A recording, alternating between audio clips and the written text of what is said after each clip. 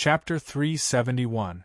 Most of the spiritual qi entered from Da Xiao's Baihui point, and then flowed out from Jun Moxi's Yongquan point, disappearing without a trace.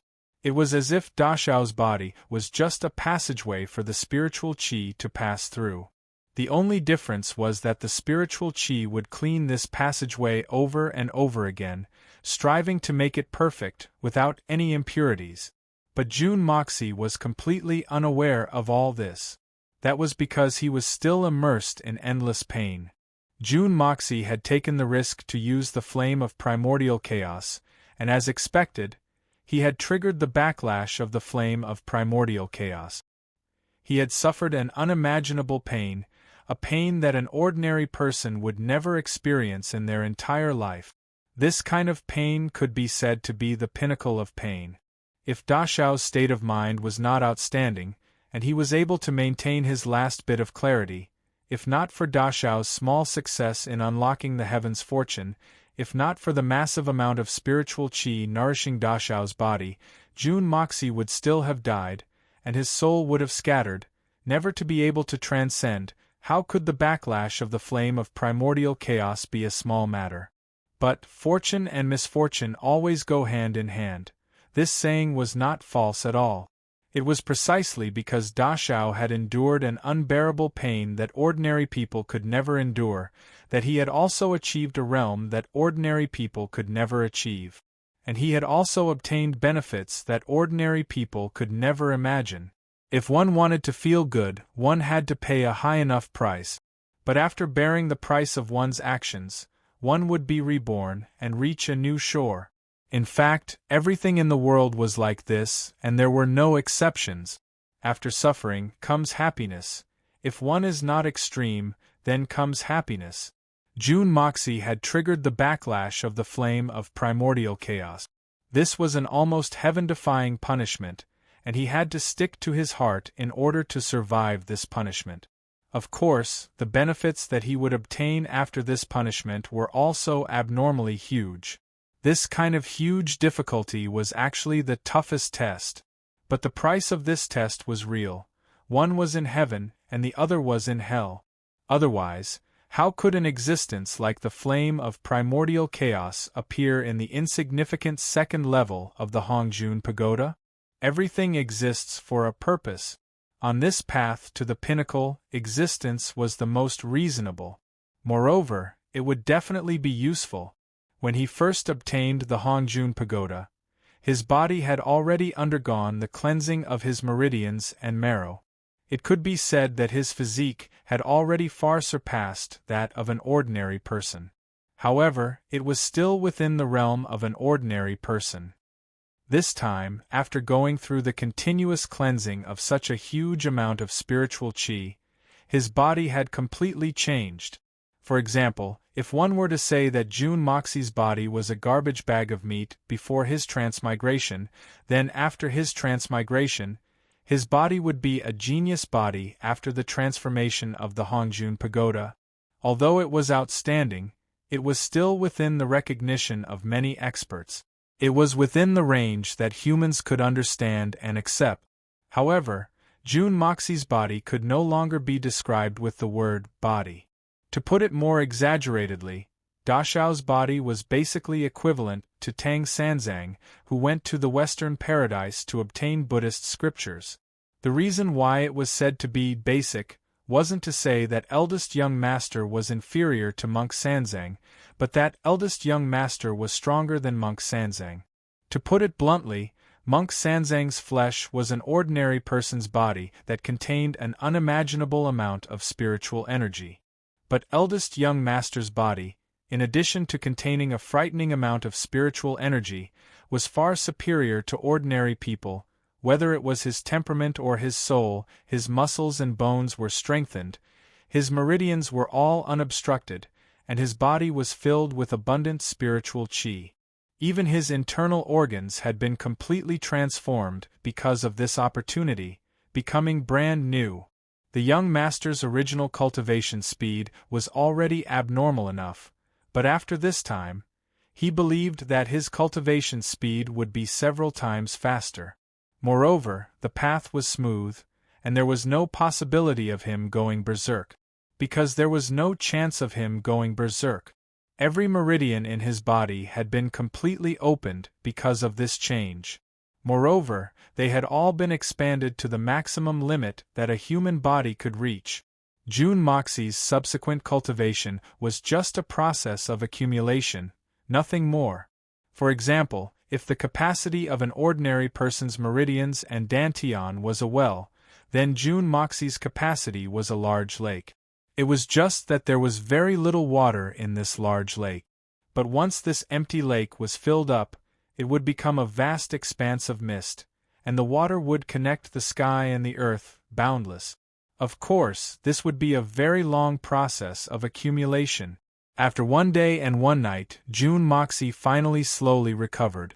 Slowly opening his eyes, June Moxie's heart still had some lingering fear. That terrifying feeling of 18 levels of hell opening up on him at the same time really made this arrogant and fearless evil monarch feel a chill in his heart. It was really too painful.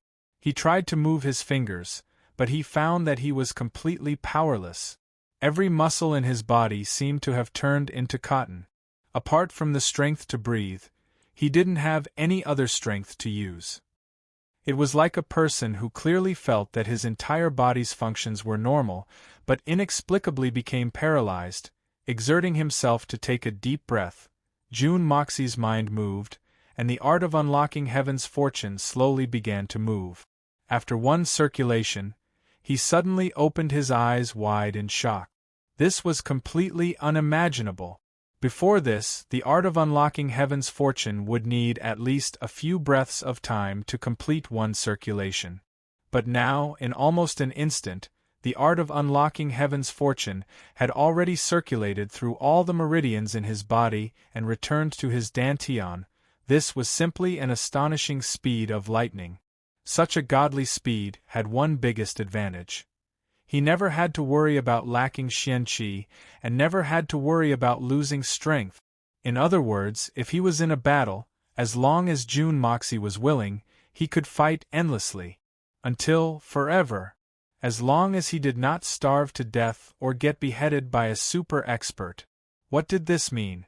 This meant that June Moxie was originally a genius, but now he had completely turned into an inexplicable monster. June Moxie was ecstatic. Now, even if he did not have any common sense, he knew that this time, he had truly been reborn. Forcefully suppressing the excitement in his heart, June Moxie began to revolve the art of unlocking heaven's fortune. After all, his body's functions were not under his control, and getting rid of this state was the most important thing.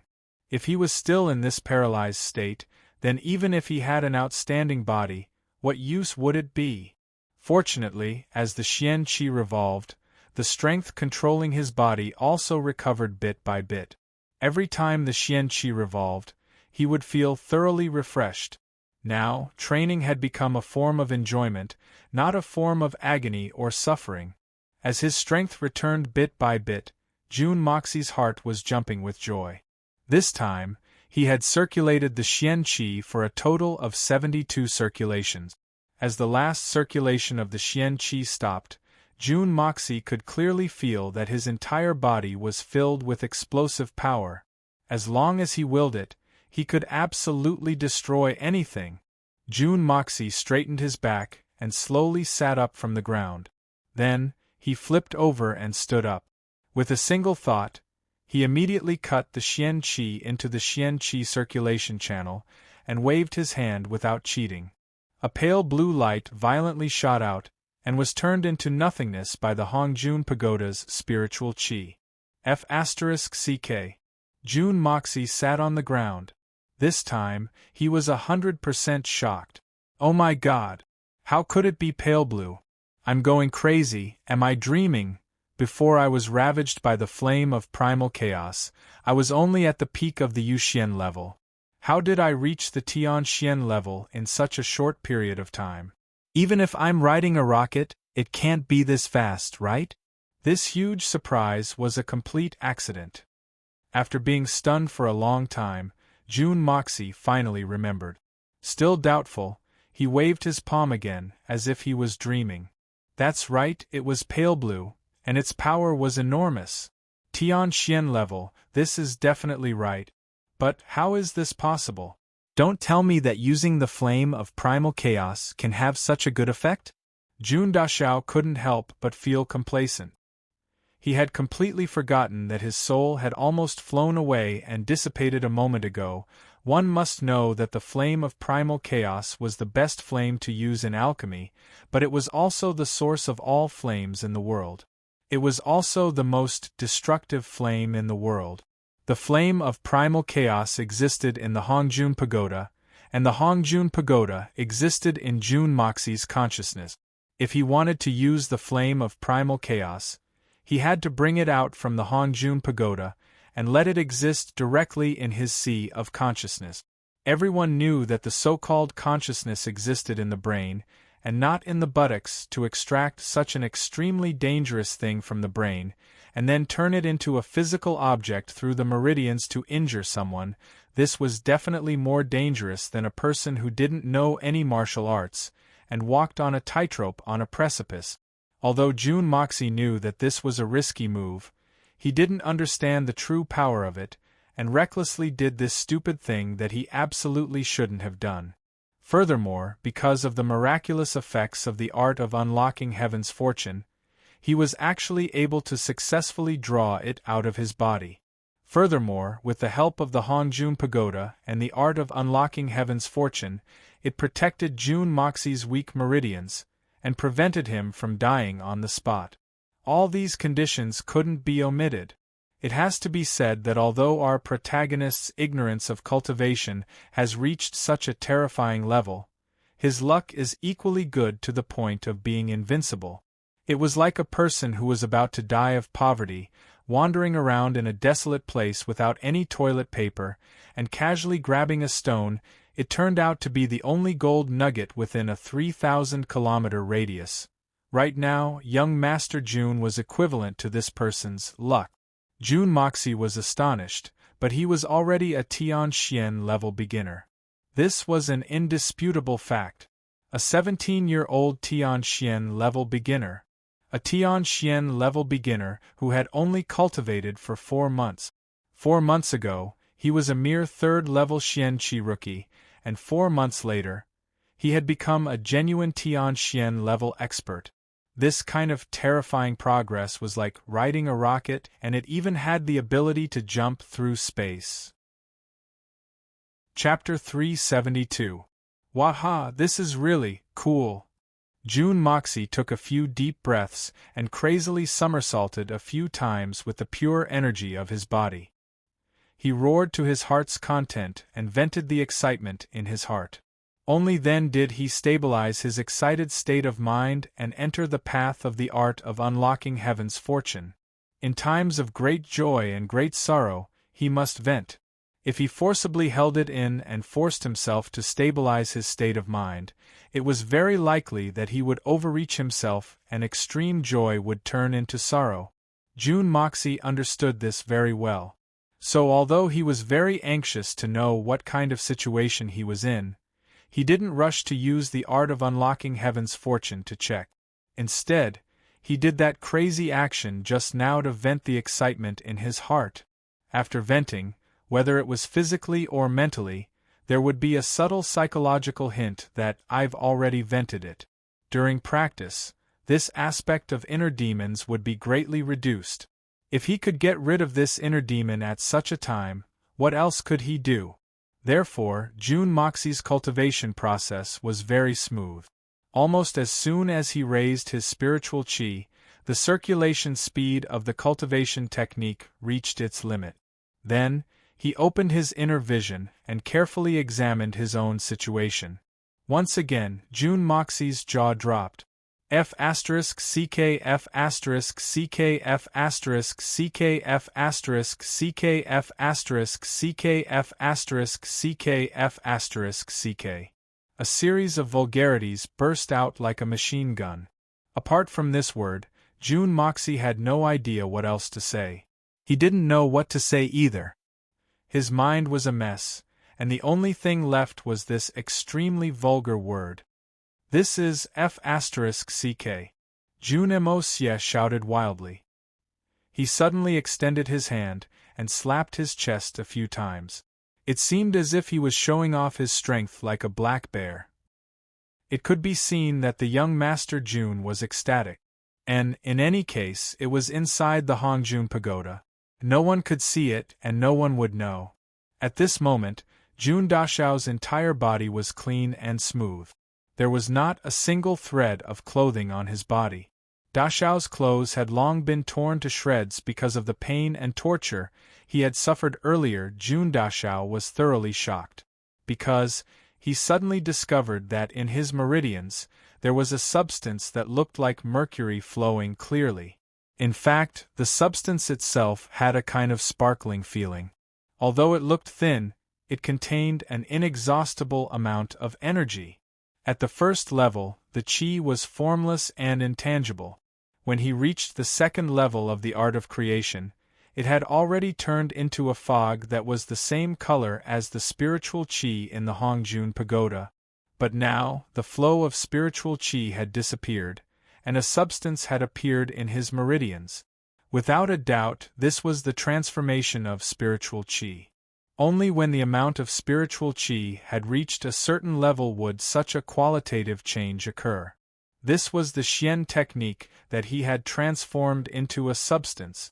This thin silver line indicated that Jun Moxie had already taken one step into the threshold of the third level of the art of unlocking heaven's fortune. Finally, he was about to break through again. Jun Moxie once again calmed his mind. He focused all of his attention, and once again threw himself into the circulation of the Xian technique. Over and over again, the speed became faster and faster. That thin silver line within his meridians seemed to be emitting a rapid shio-shio sound, as if it was violently trembling and emitting an unwilling hum. 1 step, 2 steps, finally, on the peak of the second level, he had taken another step forward. Jun Moxie felt that there was a thin layer of paper in front of him. He only needed to use a little bit of force, and he would be able to pierce through it. At that time, it would be a whole new realm.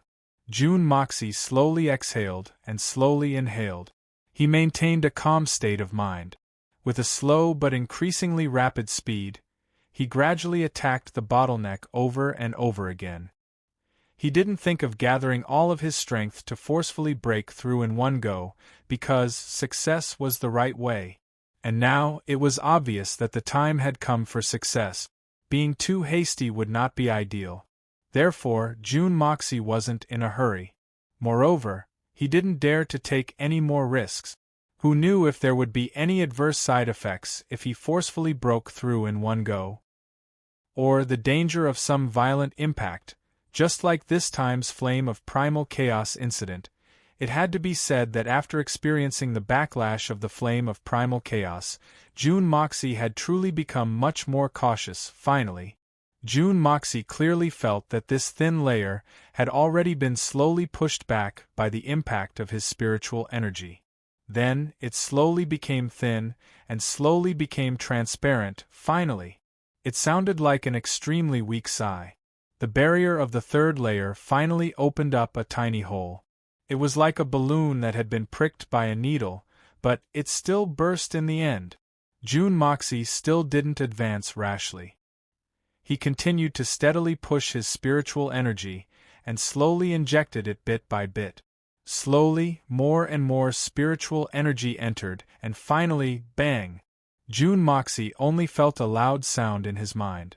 It was as if the world had turned upside down. For a moment, he felt as if the entire Hongjun Pagoda was spinning.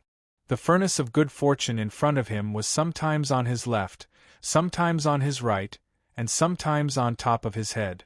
The flame of primal chaos was also moving along with it. Jun Moxie was completely unmoved. He once again steadied his mind, and resolutely stepped forward. Finally, a huge force suddenly rushed over.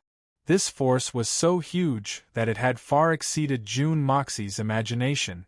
Jun Moxie only felt the meridians in his body suddenly bulge, and then shrink. Without any warning, an illusory stone door suddenly appeared in front of him. The illusory stone door swayed a few times, and slowly stabilized, becoming a real door. Jun Moxie stood in front of this door. He felt the spiritual energy in his body emit a cheerful sound like a tsunami. It was as if it had its own spiritual nature. Jun Moxie suddenly felt moved from the bottom of his heart. He had finally reached the third level of the art of unlocking heaven's fortune. He had finally opened the third level of the exquisite Hongjun Pagoda. Jun Moxie recalled the pain he had just experienced. It was more painful than the 18 levels of purgatory at the same time. Jun Moxie involuntarily smiled. One can only become a superior person after experiencing the bitterness of suffering. This sentence was not false. Of course, it was just like Jun Moxie's perseverance. This kind of pain wasn't something that everyone could endure. In fact, the vast majority of people couldn't bear it. And if they couldn't bear it, their souls would scatter, and they would never be able to reincarnate. Fortunately, Jun Moxie had successfully endured it. Since ancient times, the number of people in both worlds who had been able to survive this ordeal could be counted on 5 fingers.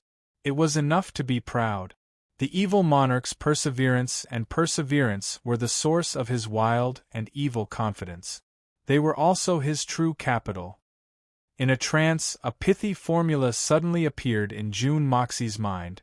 There is a path in the clear sky, but time is not lost. Raise your eyes, and there are jade trees.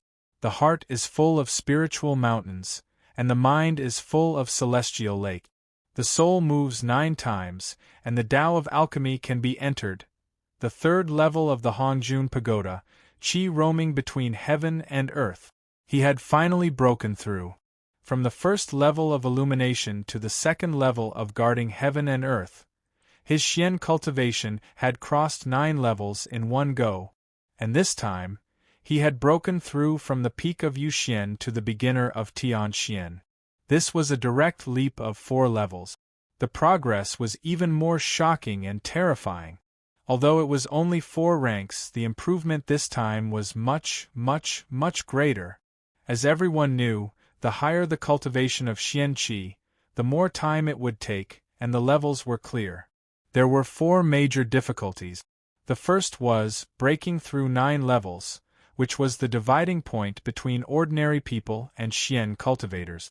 The second was Yu Xian, which was related to the starting point of a person's lifetime achievement. After Yu Xian's realm, even if it was just a small level, if the person's aptitude was slightly insufficient, he or she might not be able to make any progress in his or her life. The younger one was to reach Yu Xian's realm. In addition to showing that he or she had outstanding aptitude, it also meant that he or she might have a higher desire for achievement in the future. Therefore, although Bailey Luoyun was only at Yu Xian's realm, he had attracted the attention of countless experts. And the third obstacle was to advance from the peak of Earth Xian to Tianxian, which was a huge divergence in the strength of a Xian cultivator. The difference between the strength before and after the breakthrough could not be calculated with reason. In addition to talent and countless efforts, it also took a lot of time. For an ordinary Tianxian cultivator's progress, it was almost equivalent to the total amount of time it took to advance from the first level of Xian Qi to the peak of Earth Xian. As for the fourth and final obstacle, it was the Shun Xian realm. Generally, if a Tianxian cultivator could live for more than 30 years, he or she would definitely be able to advance to the Shun Xian's realm. However, when an ordinary Tianxian cultivator reached the Tianxian's realm, most of them had already reached old age. Another 30 years to advance to the Shun Xian's realm was often insufficient. As for the realm above the Shun Xian's realm, it was not a level that a cultivator could reach. Only geniuses with great luck could touch it, but they could not enter these 4 obstacles. In summary, the eldest young master had suffered extremely great hardships this time, and it wouldn't be an exaggeration to say that he had narrowly escaped death. However, the rewards he obtained were extremely generous as well. The advancement this time was absolutely an extraordinary leap. Not only was such a rate of advancement unprecedented, it was believed that no one would be able to surpass him in the future. June Moxie silently recited the newly obtained pithy formula, and couldn't help but think of the pithy formula of the previous 2 levels. He still remembered that when he was at the first level, there were 2 sentences in the pithy formula. 9 refinements of the soul do not fall into the yellow springs. When he was advancing to the second level, there was a sentence. 9 transformations of the soul, the Dan heart is stable. And when he reached the third level, as expected, there was another sentence. 9 movements of the soul, the Dan Tao can be entered in these 3 levels of pithy formula.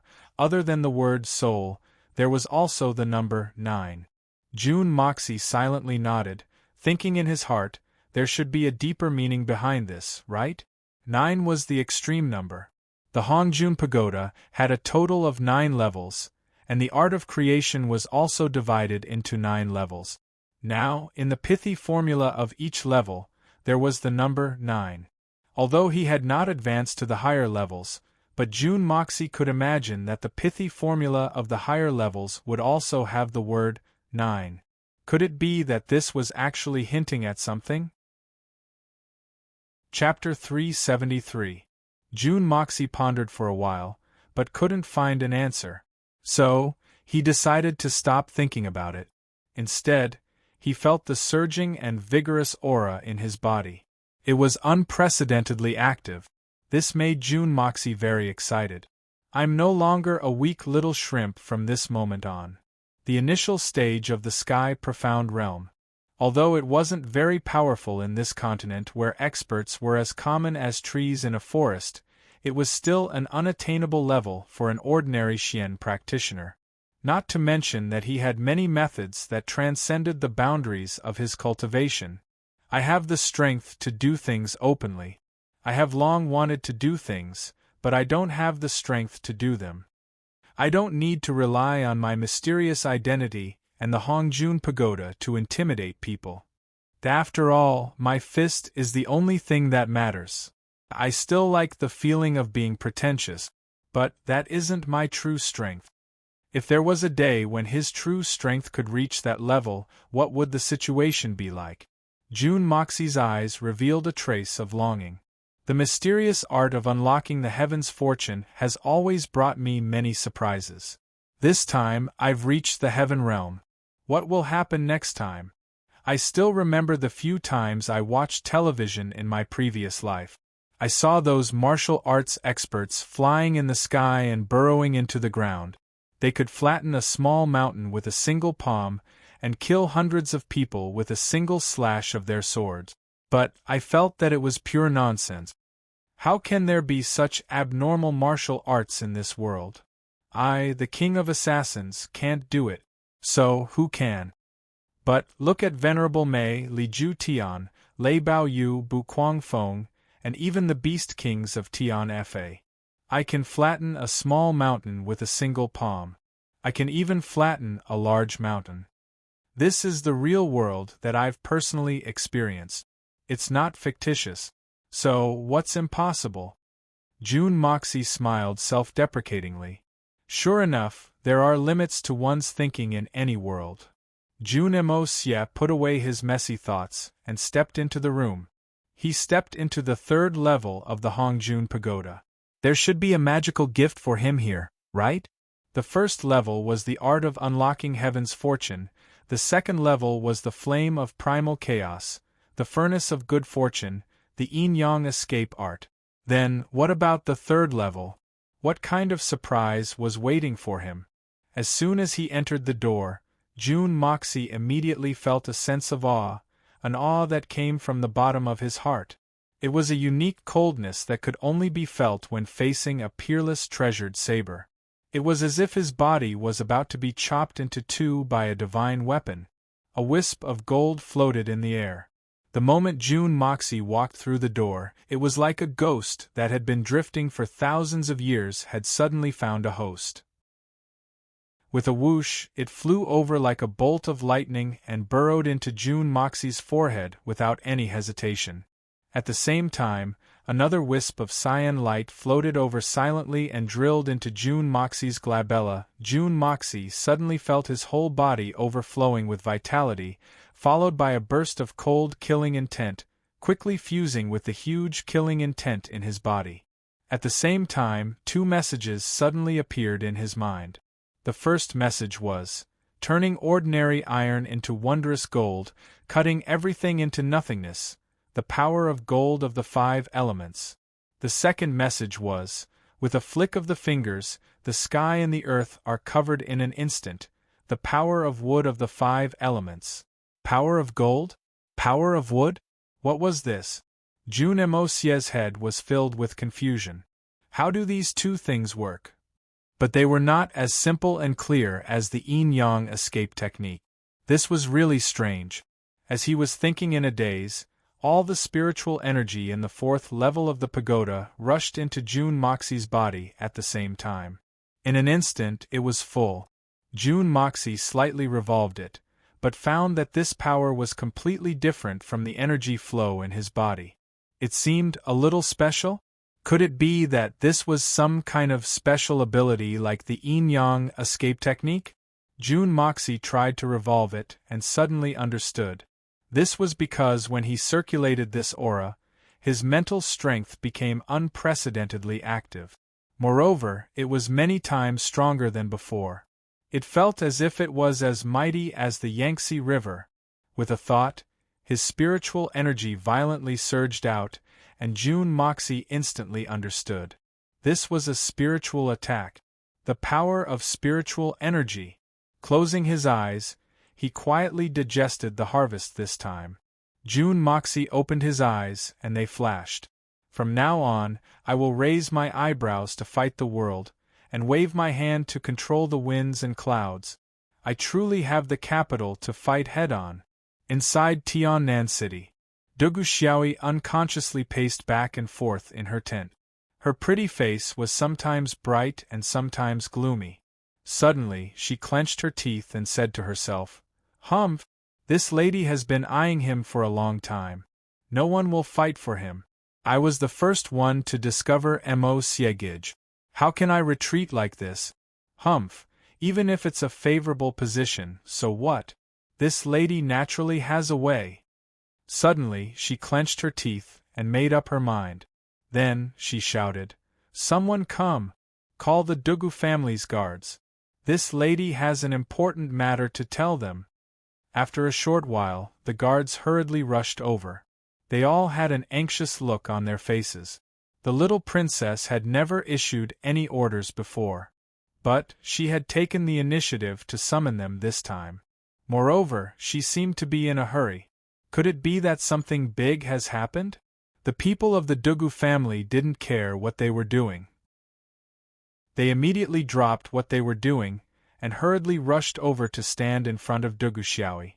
Dugu Xiaoyi pretended to be calm as she faced the Dugu family's guards. She pretended to be dignified, and her beautiful eyes swept around in a serious manner. Then, she coughed twice and cleared her throat. She then said, "I've called you here because there's a problem with the medicine I've been researching." The guards were confused. They looked at each other in dismay.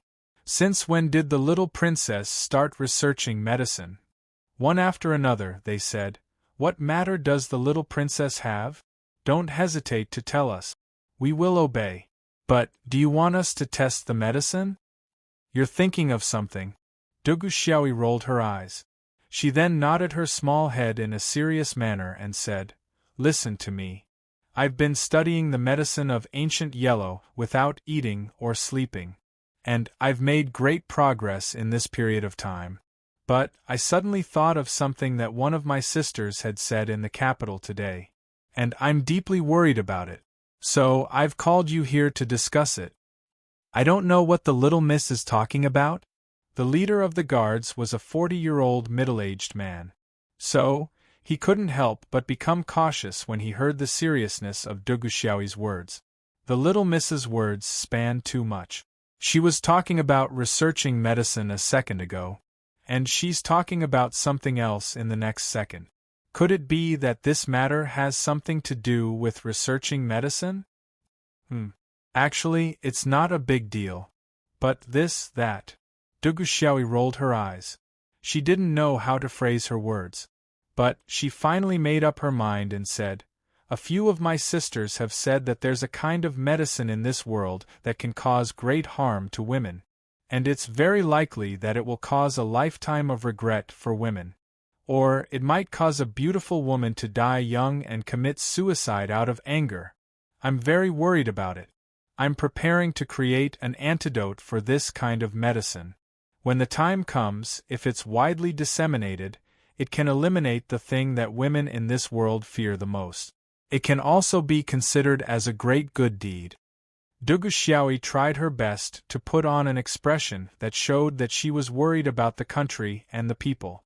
She put on a dignified expression and said seriously, "I want to do my best for the world." Unfortunately, before she could finish her words, her little face had already turned red. Hearing this, everyone seemed to be deep in thought. They seemed to have vaguely guessed Dugu Xiaoyi's intention. But they didn't dare to believe it. The leader of the family guards was sweating profusely. He braced himself and said, "I wonder what Miss is talking about. What kind of medicine is it?" What other kind of medicine could it be? It's that kind of medicine." Dugu Xiaoyi's face turned red. She was a little embarrassed. That kind of medicine? The leader of the family guards was a little confused. He scratched his head, but he still didn't dare to confirm it. So, he asked carefully, "What kind of medicine is that? Miss, please tell us the name of the medicine." "You're really stupid beyond redemption." Dugu Xiaoyi was about to flip out. She roared with a red face, "It's an aphrodisiac. Do you understand now?" The 10 or so family guards of the Dugu family were all dumbfounded at the same time. They never thought that their little princess could actually say such a thing. What? Aphrodisiac? Oh my God, this is the taboo of the taboo in the martial world. Only those lowly perverted thieves would use such filthy methods. This audacious little girl, how did she come up with such an idea? Damn it! Dugu Xiaoyi's face was red. She pouted and said angrily, "Why are you all looking at me with that expression? I'm doing this for the thousands of sisters in the world. For the common people. I'm asking you, do you have it or not? If you do, quickly hand it over to me. I'll study it for a while so that I can concoct the antidote as soon as possible." What? Everyone was speechless. Aphrodisiac. Even if they had it, who would dare to take it out openly? Do they still have any shame? Even if they could put down their pride, were they going to give that thing to the little princess of their family? If something were to happen, including themselves, would their entire family and 9 generations be able to survive? Besides, you said that you're studying it, but who knows what it's for? If you were to eat it and personally experiment with it, that would be the end of us. Moreover, it would be the end of the 10 or so people. This matter isn't something to be trifled with. My great-aunt. Everyone was complaining incessantly in their hearts. As for making an antidote, we've never heard of this thing needing an antidote. There's only one kind of antidote for this thing, men. We've never heard of any other method apart from this. Everyone knows that pouring cold water over the body and the like won't work. Everyone looked at each other in dismay. It seemed as if they were ducks that had been struck dumb by lightning. You don't have it? Dugu Xiaoyi's long and shapely eyebrows stood up. You're a man, but you don't have an aphrodisiac with you? Are you still men? It had to be said that Dugu Xiaoyi's words were too bold. Chapter 374. How can a man carry an aphrodisiac on him? What kind of logic is this? We have wives and concubines, and we still have money in our pocket. Nowadays, brothels are quite common. Where can't we solve our physiological needs? Is there a need to carry an aphrodisiac? That's a tool used by perverts. If someone were to take out an aphrodisiac, wouldn't that be blatantly telling everyone, I'm a perverted pervert? How can I live in the future? Don't I have any shame? For a moment, the dozen or so burly men opened their mouths and stared blankly. They didn't know how to respond at all, much like wooden and clay statues. I'm only using this to research the antidote. It's really out of kindness, not to do anything bad. Do you guys need to look like this?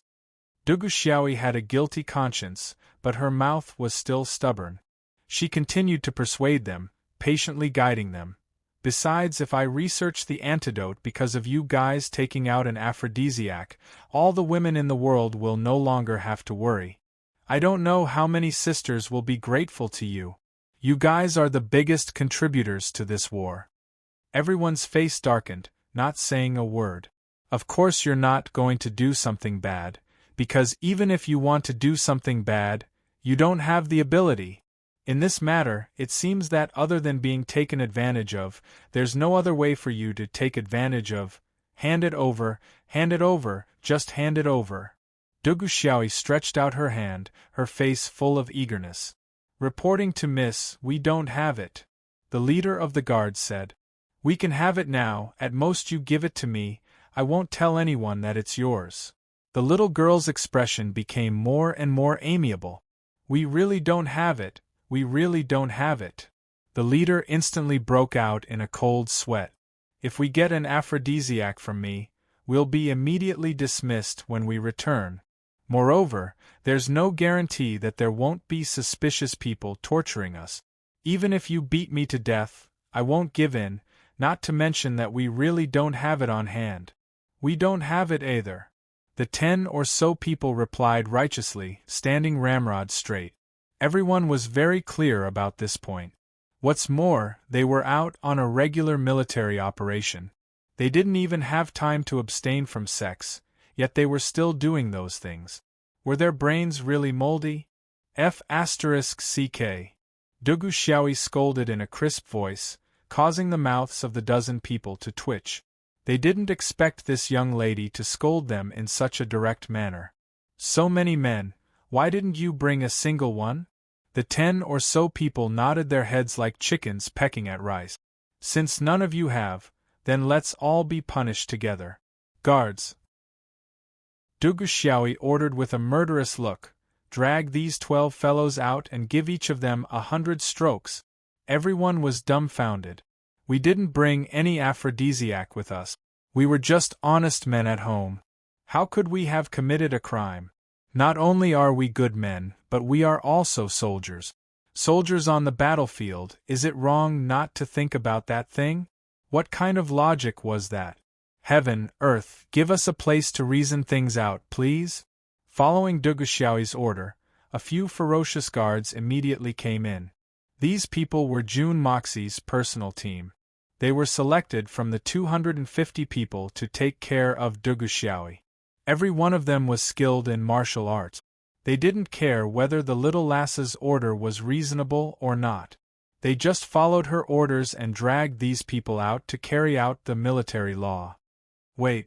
The leader of the guards broke out in cold sweat. If the 100 strokes were to really hit them, the dozen or so of them would probably be wiped out here. At this point, it was better to comply with the little princess's wishes. After that, they would go and report to Miss Guan Qinghan and ask her to take good care of the little princess. Presumably, nothing would happen to her. If they really lost their lives because of this matter, it would be too unjust. Oh? Do you have it now? Duguxiaoyi waved her hand to dismiss the guards and asked excitedly. Skinny monkey, you should have it on you, right? I remember that you had some stashed away when we first left Tianxiang. So, take it out. The leader of the guards stared at the thinnest man in the group and said in an indisputable manner. I. The man called Skinny Monkey blinked his eyes pitifully. He didn't know what to say. He hadn't expected that his boss would sell him out under the threat of 100 strokes. You what? Quickly take it out. The leader of the guards rebuked. He then bitterly scolded, You good-for-nothing guy. But I took it for myself. I thought that this trip to the southern Heaven City wasn't a real military operation. So, I was planning to relax on the way back. Skinny Monkey looked at his boss with a pitiful expression. His skinny face had turned red. In fact, he was so embarrassed that he couldn't show his face. Someone couldn't help but giggle. Explaining is covering up, and covering up means that it's true. What kind of man would carry aphrodisiac with him? Everyone knew the answer to this question without asking. Is it for men to eat? Duguxiao's eyes lit up. That's good. That's barely acceptable. Quickly hand it over. I'm anxious to study it. Skinny Monkey was depressed and ashamed. He trembled as he fished out a small paper package from his bosom. He held it in his hand and wanted to hand it over. But he had some misgivings.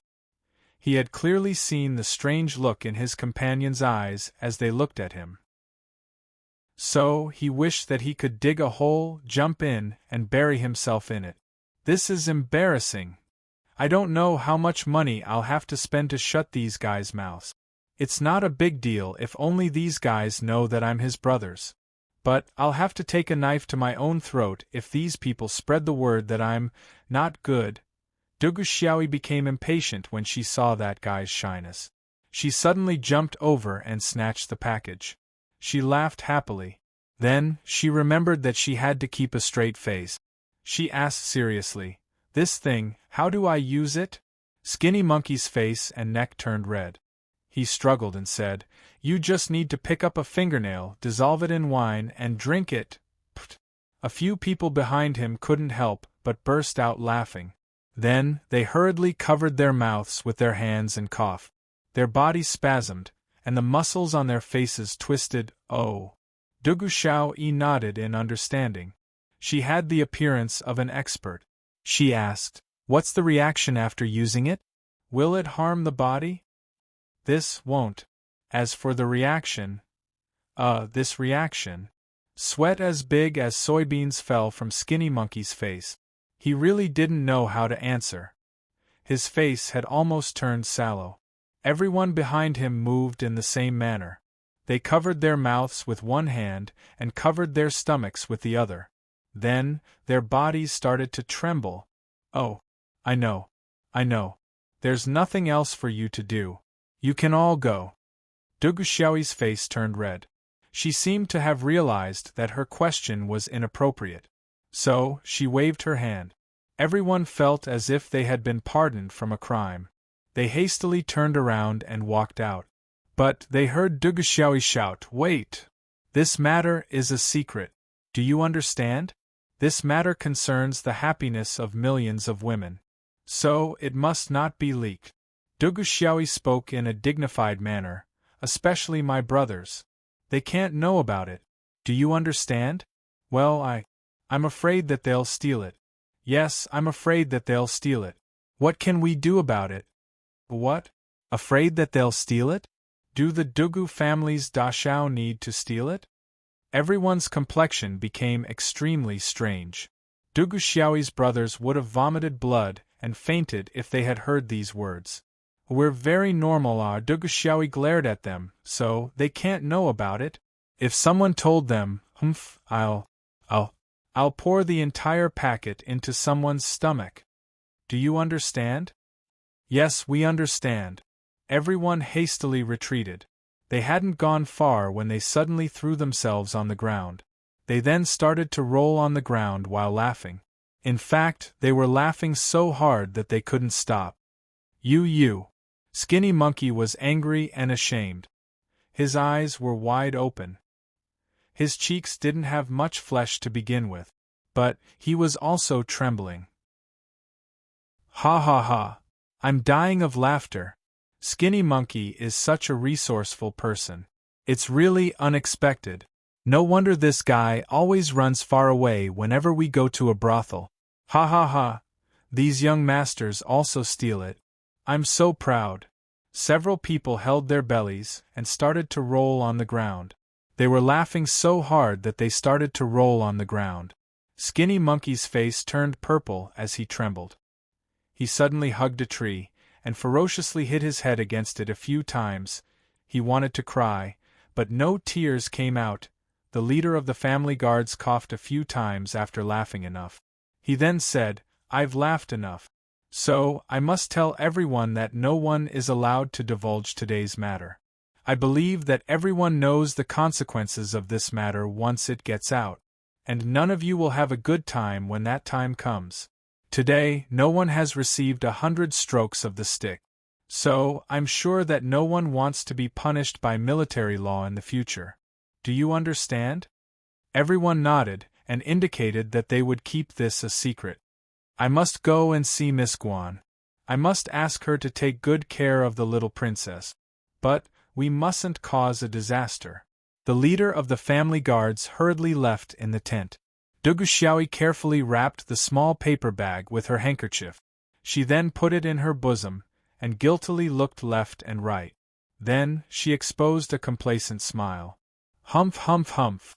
Duguxiaoyi was very happy. She wanted to sing. She smiled and revealed a pair of small canine teeth. Then, she bounced over to the mirror, and carefully examined her face. She then muttered to herself, "I'll see where you can run to. Humph humph, June Moxie, I'm going to force myself on you. I'm going to cook the raw rice into the cooked rice, and you're going to run away. Humph, Sister Guan, don't blame this little sister for being disloyal. Hee hee, let's see how you're going to snatch it now." Duguxiaoyi beamed with joy as she thought of this.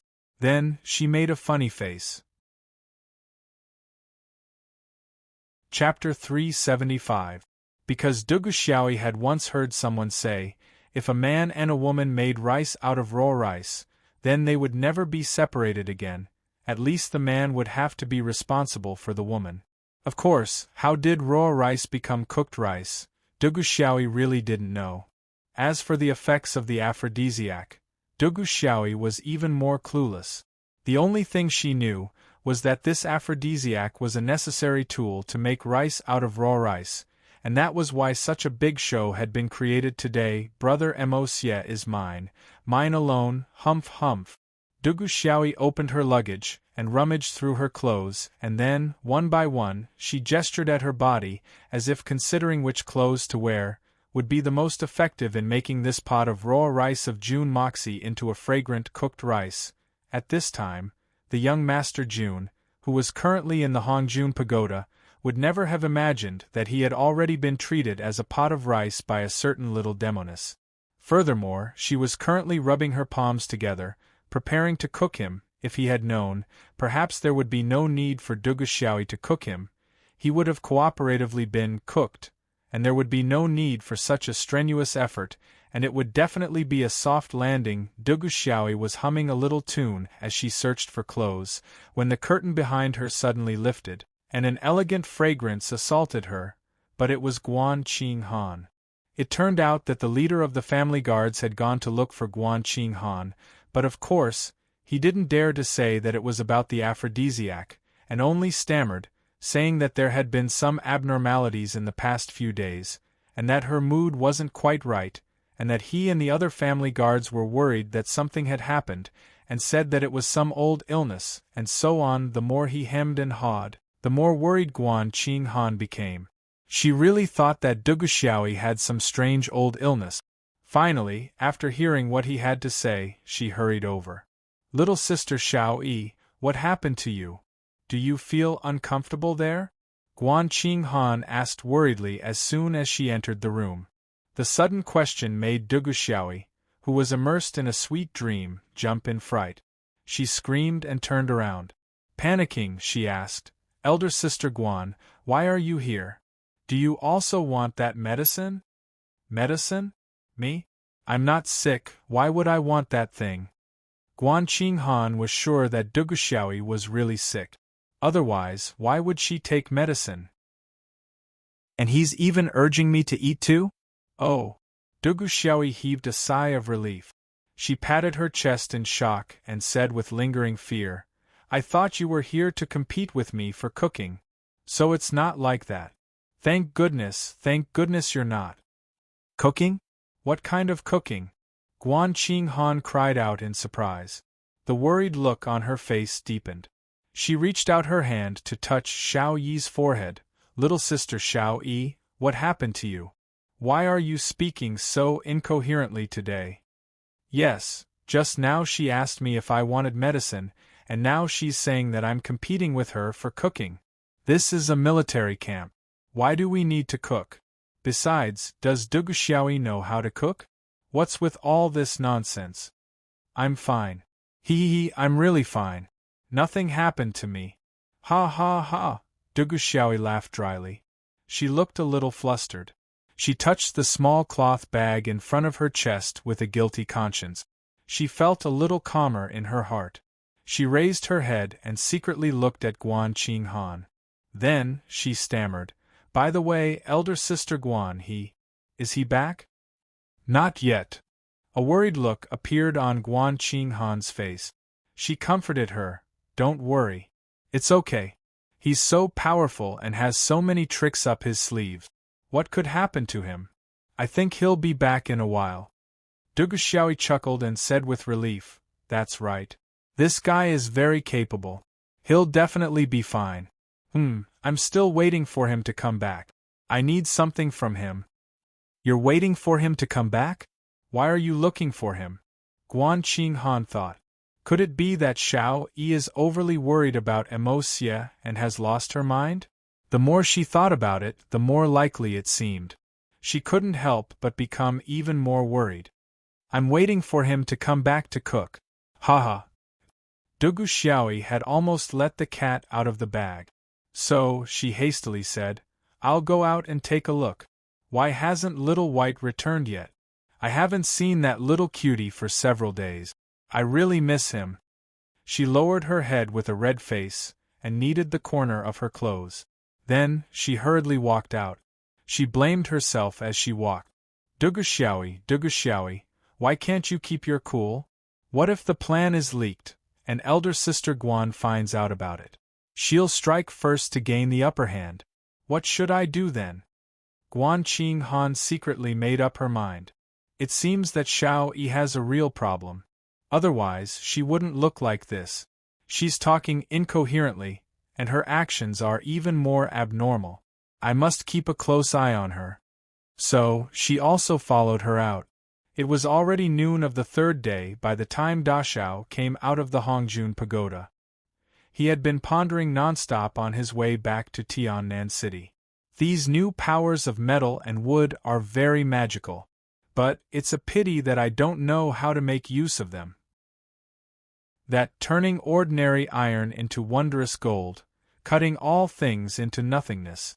Does it mean that I can turn ordinary iron into a divine weapon as long as I use this magical power? This is the only way to cut all things into nothingness. However, Jun Moxie secretly cursed himself as he thought of this. Damn! How can there be such a good thing in this world? Isn't this the same as turning stone into gold? No, it's even more abnormal than turning stone into gold. It's a legendary immortal technique. Poor Jun Dashao. He still doesn't know that all the techniques he's practicing are actually immortal technique. Moreover, they're the highest level and ultimate techniques. For such a person to be able to cultivate smoothly all the way until now, it was truly an anomaly that had never been seen since ancient times. Moreover, the speed of his cultivation was so fast. This was a strange matter that no one could understand, no matter how hard they racked their brains. Jun Moxie calculated the time. He realized that he hadn't shown up for 2 days. The third uncle must be getting anxious. Maybe the third uncle is better off. After all, the third uncle knows his method. But the 3 uncles must be very anxious. So, he didn't dare to delay. He went straight back. He had just entered Tiannan City when he bumped into Dongfang Wenjian. He was scolded by this uncle. Then, he was escorted into Jun Wui's tent. The news of Jun Moxie's return naturally reached the ears of Guan Qinghan and Duguxiaoyi. Guan Qinghan finally let out a sigh of relief. Her heart was filled with joy. Duguxiaoyi suddenly blushed. Her heart was beating fast. She didn't recover after a long time. Who knows what that little girl is thinking? After dealing with Jun Wu Yi's barrage of reprimands, the young Master Jun's skin was thicker than the walls of the city. So, he laughed and ran away like a wisp of smoke, and ran back to his tent. Sitting on the chair, Jun Moxie thought about his new ability. He finally took an ordinary steel knife that was hanging in the tent. He held it in his hand. He wanted to test out his new magical power. Jun Moxie took a deep breath as he looked at the blade. He then closed his eyes and activated the power of gold in his body. It passed through his meridians and moved to his palms. Then, it passed through his fingers and slowly reached the blade in his hand. The cold light of the blade flickered in his hand. In the blink of an eye, something strange happened. A faint golden light flickered. It was as if the blade of the steel knife was reflecting a sky full of stars. It emitted a dreamy brilliance. Suddenly, the light brightened. Then, it disappeared without a trace. A faint green smoke appeared. Jun Moxie opened his eyes. He looked at his hand. He was stunned. Oh my God! The big knife that was half the length of a man in his hand had disappeared. And now, what existed in his hand was only a small knife, the size of a toothpick perhaps. It couldn't be called a knife anymore. It should be called a needle. It was just a slightly bigger needle. But it was 10 times heavier than a normal needle. Moreover, this needle was in the shape of a knife. It was the same as what Jun Moxie had imagined. When Jun Moxie had activated this power, he had imagined the shape of a knife. It was this small knife, in front of him. The only difference was that it had shrunk by a few thousand times. That was all. Jun Moxie didn't know whether to laugh or cry. After all, Jun Moxie had come to realize that the phrase transforming ordinary iron into wondrous gold really existed after he had experimented with it. Moreover, this cultivation technique truly possessed such a heaven-defying ability. However, it wasn't that the whole piece of iron could be turned into magical gold. Instead, the ordinary iron had to be compressed to the highest degree. Then, the most essential part of the iron would be preserved and extracted. Then, it would form the shape that he wanted. Then, what about the rest of the iron? Where did it go? Did it evaporate into thin air? Jun Moxie was puzzled. He went out and brought in another knife. He activated the divine power again and concentrated on observing the transformation process.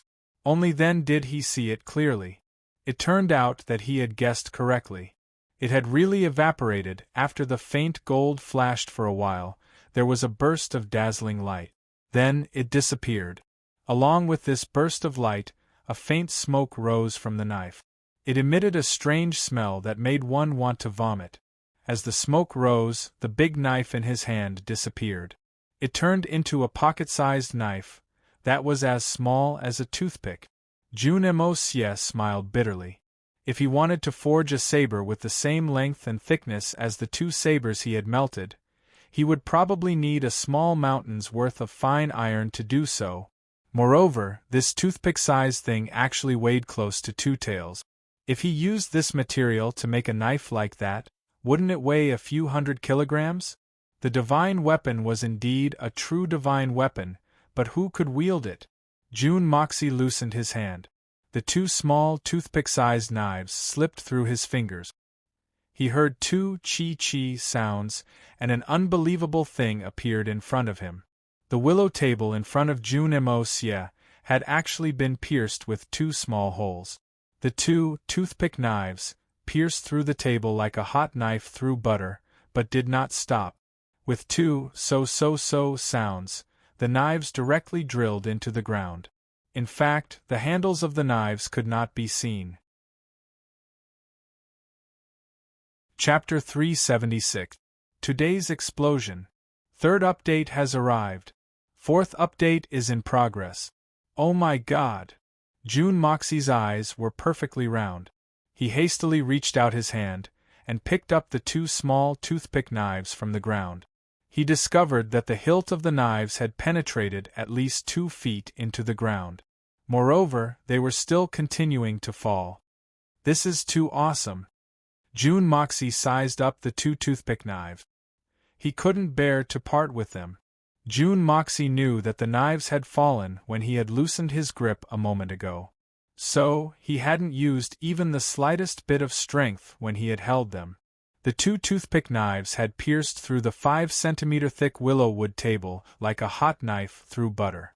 Moreover, they had effortlessly pierced through the air, as if they had pierced through the air. What kind of concept was this? What kind of level of sharpness had these 2 knives reached?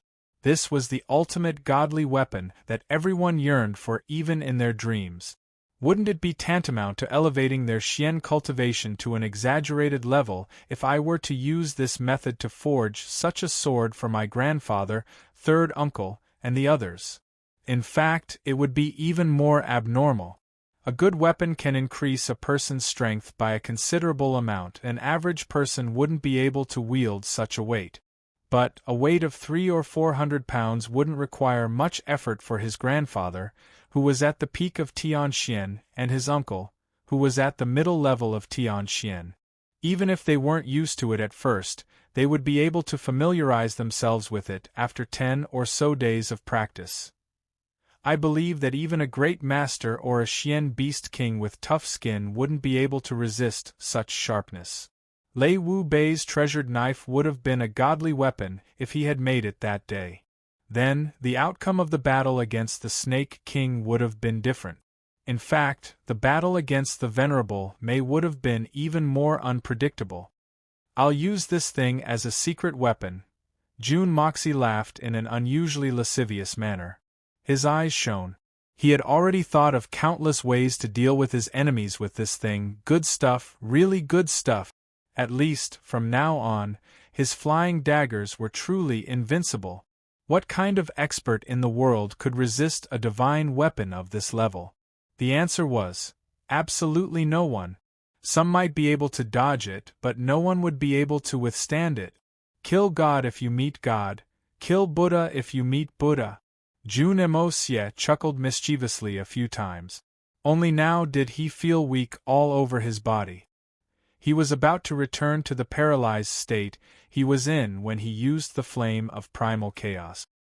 He hurriedly took in a breath of spiritual energy and slowly began to recover. Sigh, there's no such thing as a handout in this world. Even refining 2 small toothpick knives actually requires so much energy. What Jun Moxie didn't know was that he had used this ability twice in a row after obtaining it. Moreover, he was afraid that he wouldn't have enough power each time, so he used all his strength. It was already not easy for him to hold on for so long. This ability was similar to the power of the art of unlocking heaven's fortune. It also needed to be cultivated step by step. How could there be such a good thing in this world if he wanted to become a fatty in one bite? Even a top-notch immortal cultivation technique wouldn't be enough. Cold sweat dripped down his forehead as Jun Moxie moved 2 steps forward. He then leaned against the chair as he circulated the art of unlocking heaven's fortune faster and faster. His physical strength was gradually recovering bit by bit. Brother Mo-Xie, you're back. Are you inside? Dugu Xiaoyi's sweet voice came from the door. She sounded a little shy and embarrassed. Then, the door curtain was lifted, and Dugu Xiaoyi came in sneakily. She was holding an exquisite wine gourd. She stuck her head out and sneakily walked in. Could it be that the overlord has come to draw the bow? Dugu Xiaoyi felt a little guilty at the moment. In fact, she was even a little annoyed. That was because Jun Moxie had come back at the wrong time. He had come back in the morning. Why couldn't he have come back in the evening? This made Dugu Xiaoyi, who was preparing to cook, very disappointed. But she tilted her head and pondered for a long time. Then, she decided to sound him out first before deciding on her next move. I won't cook him if Jun Moxie can give me a definite promise. Humph humph. I won't be able to say anything if he still refuses. I'll cook him on the spot. I've prepared both ways to appease an overlord. Of course, Dugu Xiaoyi had also prepared the medicinal wine in case she needed it. My father always said that only by being prepared can we win every battle we have ever fought. Therefore, Dugu Xiaoyi had thought of every possible way to get rid of Guan Qinghan. Then, she had quietly slipped away. Elder sister, why are you here? June Moxie waved his hand weakly. He had only recovered a little bit. He was barely able to move his hands and mouth. But that was already his limit. So, he had to make the best use of his time in order to recover faster. I've come to cook, No, I just wanted to ask you a humph. You still have the nerve to ask me why I've come? You've been out for so long, but you didn't say anything. And you've come back so sneakily. Don't you know that someone is worried about you? Dugu Xiaoyi pursed her lips. She hadn't even realized that her tone had already become like that of a housekeeper. The little girl was also very careless. She only noticed that June Moxie looked very weak after she had finished speaking. So, she was shocked and threw herself at him. What's wrong with you? Why do you look so pale? Did you get injured on this trip? June Moxie snorted and said, It's nothing. Don't make a fuss. Just give me a glass of water. Then, he remembered that he hadn't drunk a drop of water for 2 days. And he had sweated a lot when he was suffering from the flame of primal chaos in the Hongjun Pagoda. No wonder his body was so weak. It was already very fortunate that he wasn't dehydrated. After he had broken through, his spirit had been in a state of high excitement. Moreover, he hadn't returned for 2 days. Moreover, he was in an unfamiliar place. Moreover, he was in the midst of a chaotic war. So, the third uncle must have been very anxious. So, he had hurried back. After he had finished explaining things to the third uncle, he became curious about his newly acquired ability. So, he had forcibly used his new ability to transform ordinary iron into wondrous gold twice. This had completely consumed all the energy in his body. No wonder he was so tired. June Moxie smiled bitterly in his heart. It would be strange if he wasn't tired now. Such a low-level mistake had actually happened to him. It seemed that things had been going too smoothly for him during this period of time. This kind of careless mentality was absolutely unacceptable. June Moxie had always been like this. On the surface, he had always been arrogant. However, his heart was extremely meticulous. Especially towards his own shortcomings, he would never conceal them. He would only find them at the first moment and then correct them to ensure that he wouldn't repeat them. This was also one of the major trump cards that allowed him to ascend to the throne of the King of Assassins in his previous life. Living in a dangerous state where he could lose his life at any time, as an assassin, being cautious had already become his instinct. Dugu Xiaoyi turned around anxiously. She casually placed the wine gourd in her hand on the table in front of June Moxie. Then, she almost ran to pour some water. June Moxie's eyes couldn't help but brighten up when he saw the gourd. Was this girl stupid? Obviously, there was an excellent drink here. Why did she give up what was close at hand to fetch water from afar? He grabbed it and unscrewed the lid. He smelled the fragrance of the wine. It was the time when he was the most thirsty. How could June Moxie care so much? He raised his head and took a big gulp.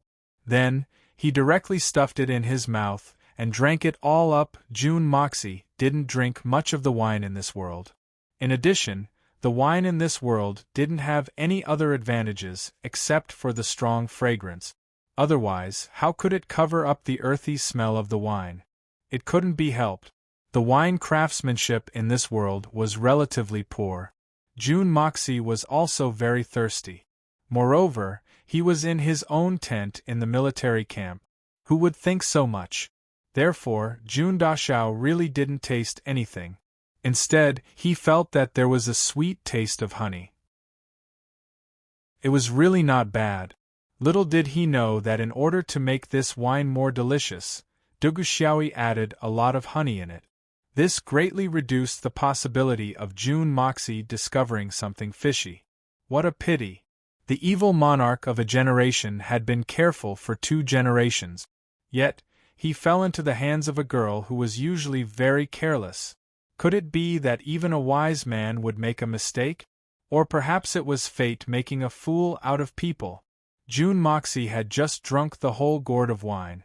He felt that it wasn't enough. He even felt more thirsty. Da Xiao didn't take it to heart. Wine wasn't used to quench thirst. It was common for the more he drank, the more thirsty he became. At this time, Duguxiaoyi had just returned with a cup of water. When she turned around, she saw that Jun Moxie had already drunk the whole gourd of wine in the blink of an eye. He even put the empty gourd on the table. This was no small matter. Completely unprepared, the cup fell to the ground with a "pa" sound. The quality of the cup was obviously not up to standard. Naturally, it directly shattered into pieces. I haven't even thought about whether I should start cooking now. Why did he drink that? What should I do? What is this? Should I cook or not? The little girl stared blankly at Jun Moxie. Her eyes were wide open, and she had completely lost her composure. She didn't know what to do next. The so-called forcing yourself on the bow was just a way of saying it. The little girl was completely clueless as to what to do. So, she didn't know what to do. Jun Moxie's throat was still dry after he finished drinking the gourd of wine. But, his body had recovered a lot of strength. At least, it didn't affect his normal activities. He was surprised to see that the little girl had broken the cup. But, he knew that Duguxiaoyi had a rash temperament. So, he didn't take it to heart. He stood up with a "hey" sound. Then, he walked over to Duguxiaoyi's side. Then, he took the water bag from her back, and drank to his heart's content. He put down the water bag after he had drunk enough. Then, he panted in satisfaction. "I'm a bit dehydrated. But, my body has recovered a lot after drinking the water." He saw that Duguxiaoyi was looking at him as if she had been struck by lightning. Her eyes were wide open, her eyebrows were raised, and her rosy lips were slightly open. She looked very cute. So, he couldn't help but stroke her head in amusement. He then asked, "Little girl, what are you looking at? You're really something. You dropped the cup of water on the ground. It's fine if it dropped. Why are you so scared? Are you afraid that I'll scold you?" Duguxiaoyi blinked her eyes twice. Then, she came back to her senses. She ignored Jun Moxie, and rushed to the front of the table. Then, she grabbed the wine gourd and shook it with all her strength. The wine gourd didn't have the weight of a moment ago. So, it didn't emit any sound even though she had shaken it with all her strength. Chapter 377. Duguxiaoyi wanted to cry but had no tears to shed. What should she do now? That was a big bag, a whole big bag. Just like that, in such a short amount of time, it had all melted into the gourd. Heavens, I only wanted him to drink one cup. Really, I only wanted him to drink a small cup. No one would have thought of this mistake. Normal people would have a certain amount for everything, but this brat Duguxiaoyi of the heavenly way was extremely careless. Duguxiaoyi had actually poured the whole bag into the gourd. Even if it was drugging, there was no way to do it this way, right? Anyone who saw this would shake their head. Not to mention one Jun Moxie, even 3 Jun Moxies wouldn't be able to stop this amount. This was going to cost them their lives. The problem was, whose life would it cost in the end? Duguxiaoyi didn't have a single thought in her head right now. "Brat, what's wrong with you today?" Seeing Duguxiaoyi's strange expression, Jun Moxie asked curiously. "No, nothing." Duguxiaoyi was flustered. She looked at Jun Moxie from head to toe. She scanned him from head to toe. She scanned him up and down several times. However, he didn't seem to have any abnormalities. Duguxiaoyi felt that something was wrong. The amount was definitely not small. Duguxiaoyi cautiously asked with hope in her voice, Are you all right?" "What can I be? Oh, I was a little dehydrated just now. But, I'm fine now that I've drunk enough water." Jun Moxie was a little baffled. In fact, he couldn't even make head or tail of the situation. "I just drank a lot of water in one go. How can something like that happen?" He thought that the little brat was asking about his abnormal behavior earlier, so he naturally had to explain a little. "Pretty good? Really pretty good? Don't you feel very hot, like you're being cooked?" Dugu Xiaoyi felt slightly relieved in her heart. She then asked in a scientific tone. The little girl's heart was filled with anticipation, but Dugu Xiaoyi would never have guessed that this anticipation would soon make her cry. The feeling of being cooked? No. June Moxie was even more puzzled. What was wrong with this girl today? Even the words he said were so strange. He was a living person, and he wasn't going to be eaten. How could he be cooked? June Moxie reached out his hand to touch Dugu Xiaoyi's forehead. He repeated a few times to make sure that Dugu Xiaoyi didn't have a fever and wasn't sick. Only then did he say, "Lass, are you feeling unwell? Why are you acting so weird today?" That's good, that's good. It's good that you don't feel that way. That's good." Looking at June Moxie's reaction, Dugu Xiaoyi patted her chest and let out a long breath. Although she was looking forward to seeing June Moxie being cooked, the amount made Dugu Xiaoyi secretly worried. She was afraid that he would cause some trouble. But seeing that June Moxie's reaction was normal, Dugu Xiaoyi was more or less relieved. However, just when Dugu Xiaoyi was relieved, she thought of something. Suddenly, her face was full of anger, and she secretly said in her heart, "That's too hateful. That brat actually gave me a fake one." Of course, it couldn't be fake. But Dugu Xiaoyi, who had never seen these things, naturally wouldn't think in this direction. The medicinal effect also needed time to take effect. In this world, other than the imperial medicine that would kill once it entered the throat, how could other medicine take effect so quickly? Obviously, the little girl didn't understand the seriousness of the matter. Seeing that Da Xiao was not acting strangely, she let out a long breath and directly ignored the matter in front of her. Fake? What fake? June Moxie sighed helplessly. His fingers rubbed his temples as he thought about Dugu Xiaoyi's words. He vaguely guessed that this little girl was most likely doing something mysterious again. Thinking of this, June Moxie felt a little headache and said, "Little lady, what's wrong with you today? Why are you saying things that others can't understand? Can't you say something serious?" How could Dugu Xiaoyi care about June Daxiao's question? Her heart was full of the feeling that she had been deceived. The more she thought about it, the angrier she got. The more she thought about it, the more vexed she became. Suddenly, she shouted, "That's too hateful!" She was about to rush out.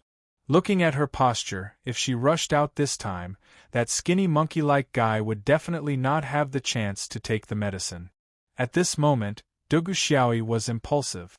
What she had been looking forward to the most, Da Xiao was cooked, was finally going to happen.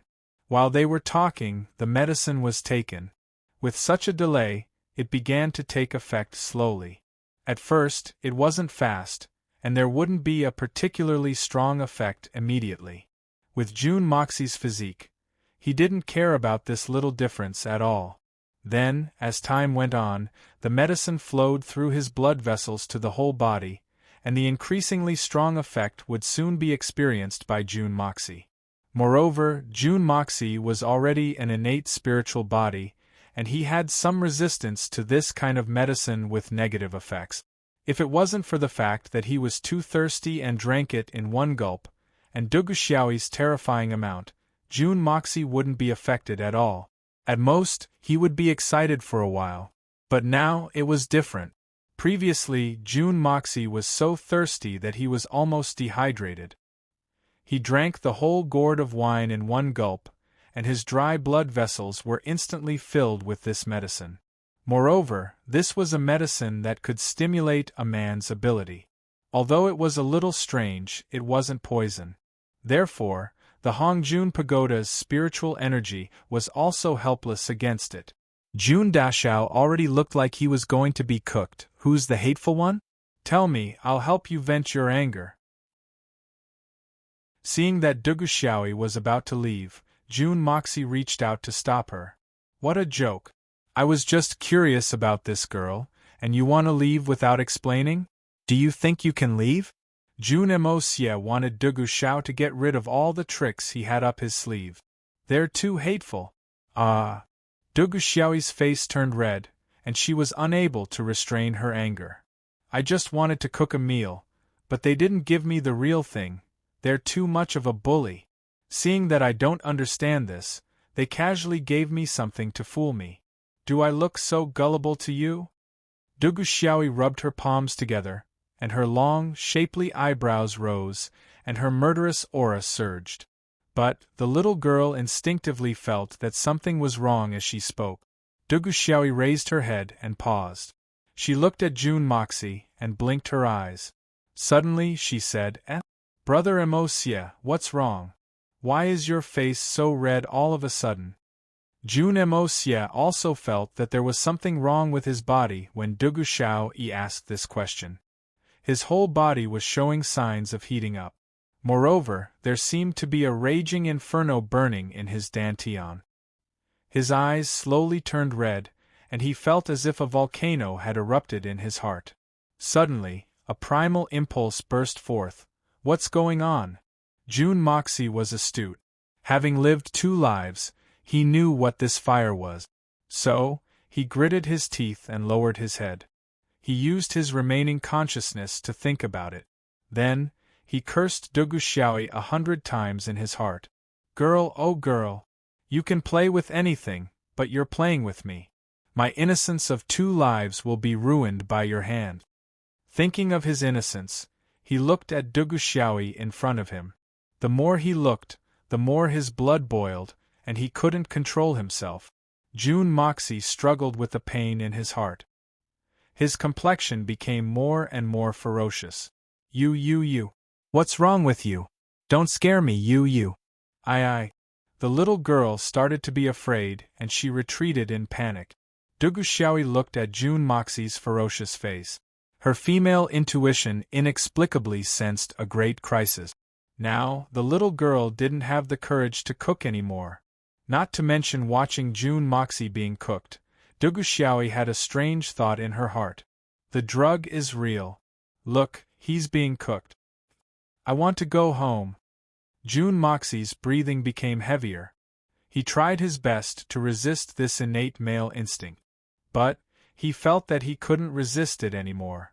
The green-dressed Dugu Xiaoyi in front of him, and the faint fragrance of a girl, constituted a fatal temptation to him. An irresistible temptation. He didn't want to endure it anymore. It was too hard for him to endure.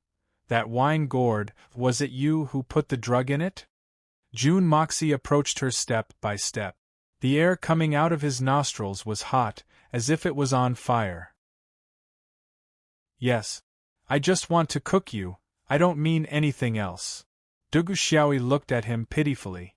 As June Moxie approached, she retreated step by step. She was at a loss of what to do, and her eyes darted around in panic.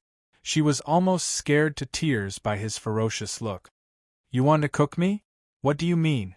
Even though June Mosie's mind was in a state of chaos, he was still stunned for a moment.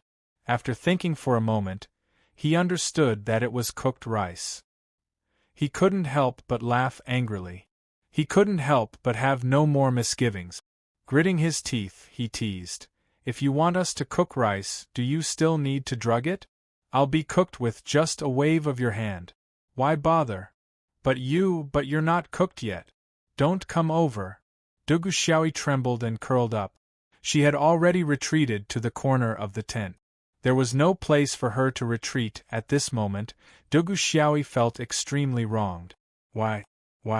He obviously drank the drug, but why does he still treat me like this? And he had become so frightening. I'm so scared. He looks so fierce now.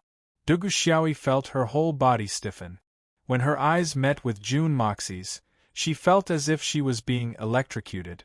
The fear in her heart grew stronger. No matter how hard Dugu Xiaoyi tried to endure, she had finally reached her limit. She cried loudly, I'm wrong. Please let me go. I don't want to play anymore. I really don't want to play anymore. Now, the little girl was truly regretful. But if she had known that this would happen today, she wouldn't have done it in the first place. You started it, but it's not up to you to decide how and when to stop. In such a short period of time, June Moxie had already endured quite unbearably. He had already reached the point where he had no choice but to release the arrow on the bowstring. However, the current situation was something that Duguxiaoyi had never expected. Moreover, it was completely out of her expectations. Sob, why didn't anyone tell me about this before? Seeing that a real fight was about to break out in the tent. Suddenly, June Moxie, what are you doing? A clear and melodious shout rang out. At this critical moment, Guan Qinghan, who had been keeping an eye on Duguxiaoyi's movements, appeared in the tent like a divine soldier. June Moxie, you're despicable. Shameless. Why haven't you let go of Xiao yet? Guan Qinghan screamed in fear and turned around with a flushed face. Chapter 378. The two people in the tent were almost completely honest with each other. From the looks of it, it was obvious that June Moxie was using force, and Duguxiaoyi refused to comply, which resulted in such an awkward scene. Guan Qinghan was originally with Duguxiaoyi, but Duguxiaoyi sneakily took out a jade flute and asked Guan Qinghan to appraise it. Guan Qinghan's greatest interest in this life was the art of playing the flute, so she naturally complied and took it. Before she had time to appraise it, Duguxiaoyi suddenly held her stomach and said that she needed to go to the toilet, and then rushed out of the tent impatiently. Guan Qinghan didn't suspect anything. Moreover, she saw that Duguxiaoyi's face had turned red. It seemed as if she couldn't hold it in any longer. Guan Qinghan snorted and let her go. She held the jade flute and carefully looked at it. Then, she tested the tone and waited for Duguxiaoyi to return. But after waiting for the first and second time, there was no sign of her, and after waiting for the third and fourth time, Guan Qinghan could not help but worry and finally came out to look for her. She asked the soldiers along the way if they had seen Miss Dugu. The soldier pointed. Guan Qinghan asked along the way, and then found out that Duguxiaoyi flew into June Moxie's tent. She could not help but feel funny, angry, and an indescribable feeling. She had clearly suggested that the two of them should accompany each other to see this guy, but she did not expect Duguxiaoyi to use this method to leave her alone and run over first. Since she was with June Moxie, there should be nothing wrong. So when Guan Qinghan arrived at the tent, she hesitated for a moment, and wanted to go back directly, but then she heard something strange inside, and Duguxiaoyi actually shouted for help. How could this be? Guan Qinghan recalled June Moxie's image a few months ago, and her heart suddenly beat fast. Could it be? Duguxiaoyi's cries became more and more shrill, and she even started to cry. Guan Qinghan finally made up her mind and barged in. Who knew that after barging in, he would actually see such an awkward scene? Guan Qinghan suddenly felt that something in her heart was broken. She was completely disheartened. Tears flowed from her eyes. June Moxie, you disappoint me. No matter how Guan Qinghan felt, June Moxie had lost his mind. He couldn't hear what she said at all. Even if he could, he wouldn't understand and wouldn't care. Big Sister Guan, please save me, boo-hoo! Duguxiaoyi cried and begged. She looked like a pear blossom in the rain, feeling wronged and pitiful. Guan Qinghan was furious. You bastard! Let go of me! She rushed forward and wanted to push June Moxie to the side. But no matter how hard she tried, she couldn't push him away. Duguxiaoyi, who was under June Moxie, finally bent her leg and kicked hard. Guan Qinghan cooperated and used all her strength to push June Moxie's body to the side, revealing half of Duguxiaoyi's body. It was sparkling and white, covered with little plum blossoms. It was the kiss marks that appeared on Duguxiaoyi's delicate skin under June Moxie's ravaging. June Moxie was still in a daze and didn't know how to use his own strength. Otherwise, even if there were 10 more Guan Qinghan, it would still be useless. Duguxiaoyi was ashamed and scared. She took this opportunity to get up and threw herself into Guan Qinghan's arms, crying loudly. What's going on? Guan Qinghan quickly grabbed June Moxie's cloak and covered her delicate body. Before Duguxiaoyi could say anything, June Moxie pounced on her again like a hungry wolf. Duguxiaoi screamed. In a panic, she wrapped the cloak tightly around her and scrambled to escape. The little girl was really scared today. June Moxie was like an arrow on a bowstring, but he suddenly lost his target. How could he bear it? He didn't know that the girl in front of him had changed into another person. He pounced on her and hugged her. Guan Qing Han was so angry that her delicate body trembled. She shouted, "June Moxie! You're crazy! You still want to." Before she could finish her words, she suddenly saw that June Moxie's face was flushed red. His eyes were bloodshot and his gaze was bewildered. He didn't have his usual clarity. It was obvious that he had lost his rationality. She couldn't help but be shocked. What was going on? Although Guan Qing Han was a virgin, she was older and knew more than Duguxiaoi.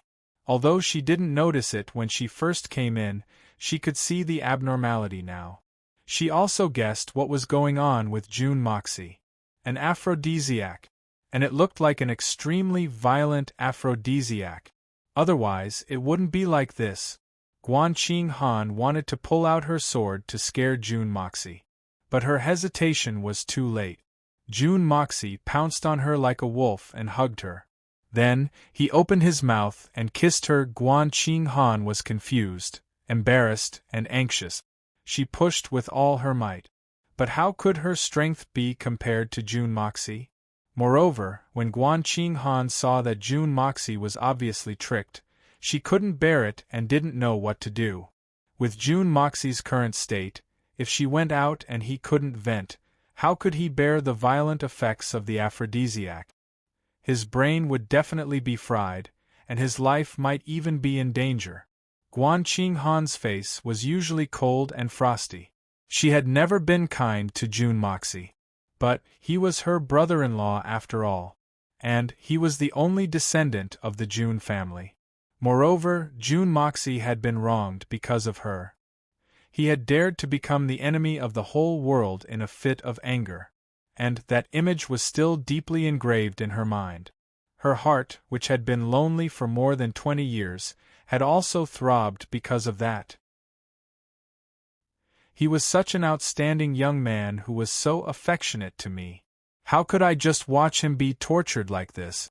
And there would be serious consequences. June Moxie had dared to oppose the Shui Hun Manor for his own sake. In fact, the Shui Hun Manor was like the sun in the sky at that time. He hadn't flinched at all. So, how could she repay his deep friendship?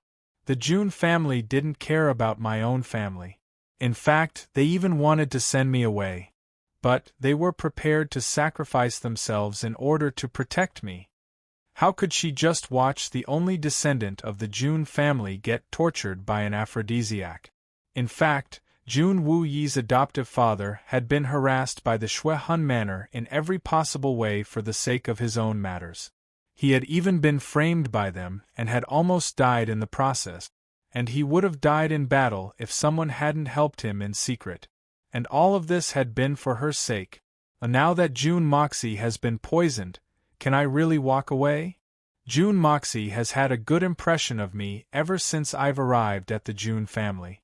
In fact, he had even used his debauchee identity to express his feelings to me. So why? Only recently did she find out that his previous appearance was a complete disguise.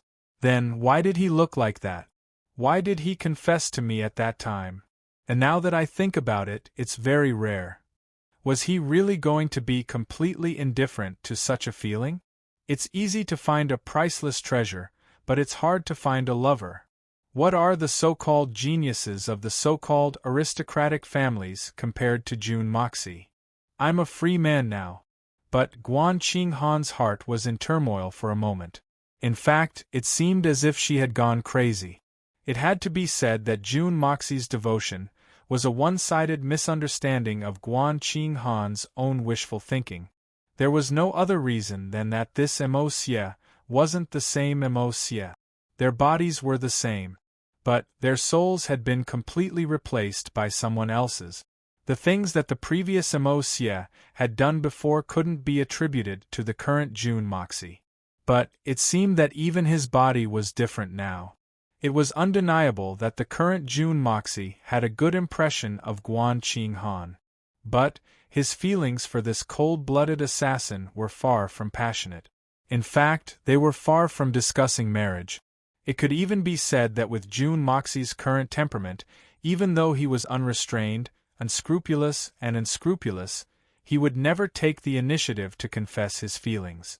If it wasn't for the fact that a woman took the initiative to pursue him, or that the old man forced him to arrange a marriage, he might even grow old alone.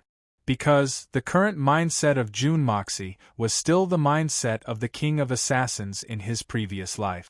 Starting a family was an unbelievably extravagant thing for an assassin. Just as Guan Qinghan was hesitating, suddenly, she was shocked. She looked at June Moxie's eyes, which were burning with passion. Suddenly, her heart was filled with tenderness. Forget it, let me use this life to repay the June family's great kindness to me. Guan Qinghan quietly closed her eyes. 2 streams of tears slowly flowed down her jade-like cheeks. She had already given up resisting. The little girl was panic-stricken. She quickly fled to her own tent. She changed her clothes and rested for a while. Then she calmed down. However, she still felt that her face and body were feverish. It's too scary. It's too scary. Oh my God! Dugu Xiaoyi patted her chest. She still had some lingering fear. She recalled June Mosie's ferocious appearance. It seemed as if he wanted to eat her alive. In fact, it seemed as if he wanted to swallow her whole. It's all thanks to Elder Sister Guan. Ah! Elder Sister Guan. Dugu Xiaoyi suddenly stood up. Her beautiful eyes widened to the limit. I escaped. But how could I forget about Elder Sister Guan? Elder Brother Mosie has already eaten the cooked rice medicine. If he were to hurt Elder Sister Guan, won't Elder Sister Guan suffer a lot? Wouldn't that be my sin? The more Dugu Xiaoyi thought about it, the more uneasy she became. She rushed out of her tent like a whirlwind. She disregarded everything else and used her lightness kung fu. Then, she madly rushed towards Jun Wui's tent. Jun Wui, Solitary Eagle, and the 3 Dongfang brothers were discussing the matter of withdrawing the troops. Then, they saw the tent's door open. Dugu Xiaoyi was gasping for breath as she rushed in. Third Uncle Jun, cough cough cough. Elder Brother Mosie is in trouble.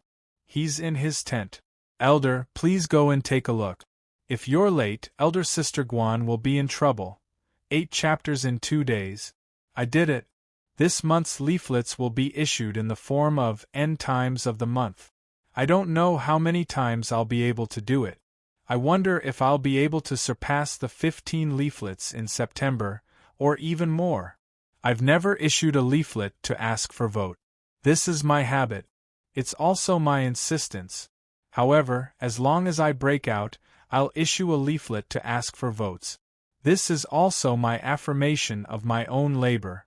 Some brothers don't understand the timing of my publishing. They say that if you publish so many manuscripts at once, it will affect the effect of asking for vote. I'm helpless. I've never been a writer who writes quickly. Every time I break out, it means an all-nighter of overtime. I don't have a fast speed. I can only use time to accumulate it bit by bit. Last night, I wrote from 10 at night until 5 in the morning. After writing 10,000 words, I went to sleep with satisfaction. This afternoon, I woke up and went through the words I wrote last night. I revised every single sentence. Wrong sentences, typos, and even punctuation marks. I revised them all several times. Only when I fully approve of it will I upload it. This is not only my responsibility to everyone, but also my responsibility to myself. No one would want to read a book filled with typos and wrong sentences, right? I'm very confident that this book is definitely not the one with the fewest typos in Qidian. However, it's definitely at the top. I'm very proud of this. After I've finished editing, I began to upload the broken chapters. I won't say that it's been hard on you. I just hope that everyone can understand. Now that the second leaflet of the month is over, I'm reaching out to my brothers and sisters to ask for a few monthly votes. Everyone, please work together and lift up our evil monarch. Thank you, asking for monthly votes. Chapter 379. The little girl had been running all the way here. She was so anxious that she had forgotten to regulate her breathing. She was gasping for breath. She barely managed to finish her sentence. She couldn't express the urgency of the matter properly. Then, she opened her mouth and stuck out her tongue. She was panting heavily. Her two small hands were placed on her knees. She was so tired that she was sweating profusely. What happened? Junwei turned pale with fright. He stood up immediately. The other four also looked at Dugu Xiaoyi with an inquiring look in their eyes. Hurry! Go! Dugu Xiaoyi choked and coughed. She waved her hand anxiously. She looked weak. Go! As soon as the word left her mouth, the 5 people disappeared. Dugu Xiaoyi panted for a while. Then, she walked towards them with her hands and feet trembling. The little girl was also very worried. She didn't know how they were doing. Did something happen to them? How hateful! That guy clearly said that he would be fine after eating this thing. But, why does Brother Mo look so uncomfortable? He doesn't seem to be rational at all. If something really happened to him… Oh my God! Junwei and the other 4 people were experts of the present age. So, they covered the distance in the blink of an eye. Among them, Solitary Eagle's lightness skill was the best. He was far ahead of them. When Junwei and the other 3 people arrived outside Jun Moxie's tent, they saw Solitary Eagle standing there with a strange expression on his face. He didn't move. He didn't say anything about going in or leaving. What was the meaning of this? Seeing that the 4 people were about to rush in, Solitary Eagle quickly moved to stop them. Don't go in. Why? The 4 people asked at the same time. But, Solitary Eagle didn't need to answer. The 4 people immediately understood the reason. The commotion inside the tent was not small. The 4 of them were all experienced people, so how could they not hear the reason behind it? Immediately, all of them had black lines on their faces. Junwei looked up at the huge sun in the sky and sighed with a red face. This nephew of his was really too preposterous. With this thought in mind, Jun Mo shouted, Everyone, listen to my orders. Everyone, come out immediately. Bring them to the training ground in the center of the city for training. If anyone doesn't show up within the time it takes for half an incense stick to burn, he will be punished according to military law and will not be tolerated. As soon as the order was given, the bugle sounded and everyone rushed to the drill ground. He didn't dare to delay the slightest bit. Solitary Eagle narrowed his eyes as he followed Junwei and the others to a distant tree. He then sat down and sighed. 3rd General Jun is really considerate. You even cleared the place for your nephew in this kind of matter. That Jun brat's extravagance is really not ordinary. Dongfang Wenqing and the other 2 burst out laughing. Everyone thought that Jun Moxie was committing lewd acts in broad daylight. It was indeed preposterous. But they didn't think of anything else.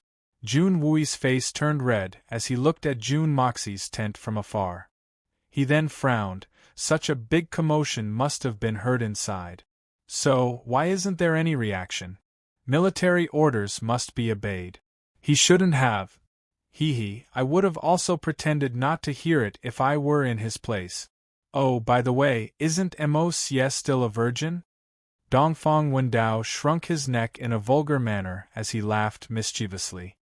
You might be able to, but Mo shouldn't be able to do such a thing.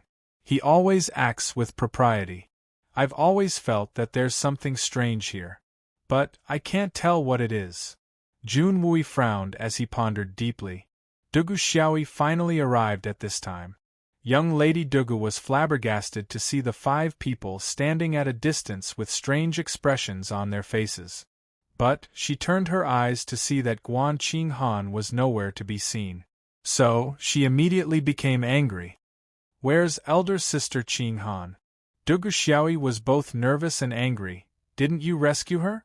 Elder brother Mo Xie's situation isn't normal. Something bad might have happened. Dugu Xiaoyi was like an ant on a hot pan. She mumbled as she paced back and forth. Xiao Yi, you're saying that the woman inside is Qing Han? Jun Wui's complexion changed. This was no small matter. This matter would have become big if the woman inside was Guan Qing Han. He looked at the tent from afar, and roared in anger. He then hatefully said, "That bastard! He's doing such a shameless and despicable thing. I won't forgive him." The bastard that Jun Wui was referring to wasn't Guan Qing Han. Instead, it was Jun Dashao who was violently. But it was all too late now. How would Guan Qing Han survive if he were to rush in at this time? That wouldn't be saving Guan Qing Han. Instead, it would be forcing her to commit suicide. So, he could only prepare for the aftermath. He could only hope that Guan Qing Han wouldn't commit suicide. Jun Wui had a big headache for a moment. He had thought that Jun Moxie wouldn't have caused any trouble even if he was acting preposterously. After all, who hadn't been frivolous in their youth? But, he now understood the seriousness of the matter. How could Guan Qing Han have sex with Jun Moxie in broad daylight with her cold and reserved personality? Moreover, the two of them weren't that close. In fact, Guan Qing Han wouldn't do such a thing in broad daylight even if they were husband and wife. But this matter had clearly happened in front of his eyes. But how could he explain it? There could only be one explanation. Guan Qing Han had been forced to do it. From this point of view, all the mistakes were naturally placed on Jun Mo Xie. So, Jun Wui was seething with anger at this moment. This was a huge scandal. The fact that Guan Qing Han was a free woman hadn't been announced to the world yet. So, if this matter were to spread out, then it would be obvious that this brother-in-law and sister-in-law were having an illicit affair. What should I do? Wouldn't the Jun family's good reputation be destroyed in a day? Jun Moxie, that little bastard. I must beat him to death. Jun Wui's face had turned purple. He couldn't restrain his anger. So licentious, so shameless, so corrupt of the family's reputation. He really deserves to die. I must beat him to death. At this moment, Jun Wui was like a beast trapped in a cage. He was pacing back and forth with a sinister and vexed expression on his face. If this matter were to spread out, breaking both of Jun Moxie's legs would be the lightest punishment. Even if both of his legs were broken, this matter wouldn't be over. The most taboo thing in the world was to abstain from lewdness. And now, not only had Jun Moxie violated it, but the target was his sister-in-law. Jun Wui could imagine how furious his father would be. Brother Wu Yi, since things have already reached this point, it's too late to say anything. If it really doesn't work, we can let Mo Xie go to our Dongfang family to lie low for a while. Once old master's anger has cooled down, we can discuss this further. Dongfang Wenqing stroked his beard and made his suggestion. He was prepared to clean up his nephew's mess. He also understood old Master Jun's temper. The current situation was not optimistic. However, no matter what, the person involved was still his nephew. How could Dongfang Wenqing watch his nephew suffer? His little sister was already pitiful enough, that's right. Which man doesn't have 3 wives and 4 concubines? What's so great about fooling around with women? It's just a small matter. Is there a need to be so hostile? Dongfang Wenqing's words were already siding with his nephew. Do you think it's worth it? You want to kill him? You really don't know how to react. Let's not talk about others. Even my eldest brother had more than 20 wives and concubines. Which one of them was legitimate? Not all of them were snatched. Before Dongfang Third Master could finish his kind words of persuasion, Dongfang Third Master's murderous gaze had already locked onto him. You bastard! What kind of nonsense are you talking about? Dongfang Wenqing's originally scholarly face immediately contorted in anger upon hearing his third brother's words. He looked at this guy who had no filter, as if he wanted to eat him alive. His fists were clenched so tightly that they made cracking sounds. Dongfang Wenqing shrunk his head and took 2 steps back. He hid behind Dongfang Wenjian and fearlessly whispered, "What do you want to say? Tell me the truth. Who doesn't know about what happened to you back then? Other than snatching, you did it by force. Do you think I can't talk about what you did? Why are you saying that I'm a bastard? Why don't you talk about your own mess?" Everyone snickered.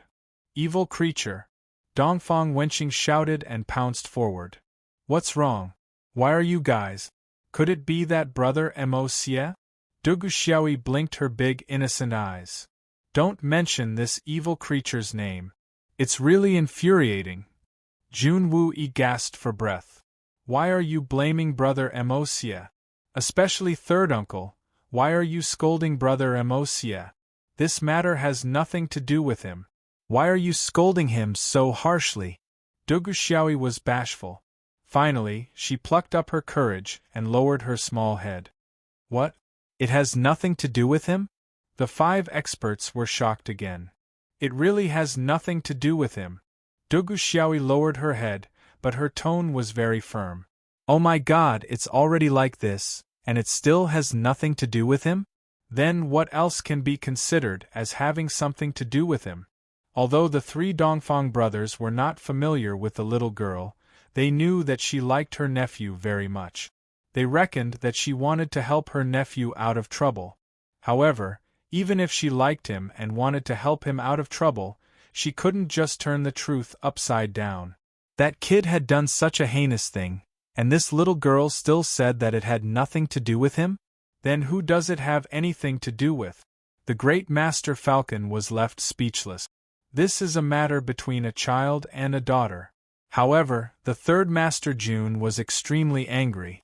But his extreme anger had made him extremely calm. So, he spoke up in a gentle voice, "Xiao-yi, do you know something? What's going on?" "Oh, this matter has nothing to do with brother Mo Xie. In fact, it's me." Dugu Xiaoyi's face had turned red. She was kneading the corner of her clothes. She had lowered her head, and was so embarrassed that she wanted to drill into the ground. "What's going on? Xiao-yi, tell me in detail. Speak slowly. Don't worry." Jun Wui's eyes lit up. "Is there another reason for this matter?" The third master was calm and astute. But how could an old man like him understand his daughter's thoughts? The little girl was bashful and unwilling to speak. But it wasn't because she was anxious that she couldn't speak. Instead, it was because she couldn't speak in front of him. That day, the third uncle said that he wanted to put elder sister Guan and brother Mo Xie together. So I got angry. Dugu Xiaoyi knew that she wouldn't be able to explain herself. So, she decided to speak her mind. But she suddenly felt wronged as she spoke the word angry. So, her voice suddenly became louder. "I'm very angry. I'm very angry." Dugu Xiaoyi spoke up in a fierce manner. Chapter 380.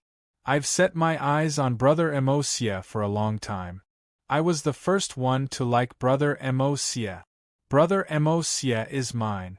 No one can take him away. Dugu Xiaoyi angrily declared in a loud voice. She had forgotten what she was doing. She had also forgotten that she was the one who had caused such a big incident. It's yours, but... Jun Wui was sweating profusely. He nodded again and again in an attempt to appease this obviously agitated and violent little girl. "Don't interrupt me. Listen to me," Dugu Xiaoyi excitedly commanded. Jun Wui was flabbergasted. "So, I had to take measures to protect my brother Mo Xie from being taken away, so I... Dugu Xiaoyi's mind turned around as she spoke. She suddenly felt somewhat embarrassed. She had just said that she wouldn't allow others to interrupt her. But she couldn't continue. Jun Wui, Solitary Eagle, and the 3 Dongfang brothers were staring blankly at this intrepid little girl. They were waiting for her to continue. They were exclaiming in their hearts that the younger generation would surpass the older generation in time. So I. Duguxiao's eyes fluttered as she stammered. The little girl had been indignant and confident a moment ago. But she had suddenly become speechless. She had become cautious and pitiful. Such a change had made the 5 experts' eyebrows twitch wildly.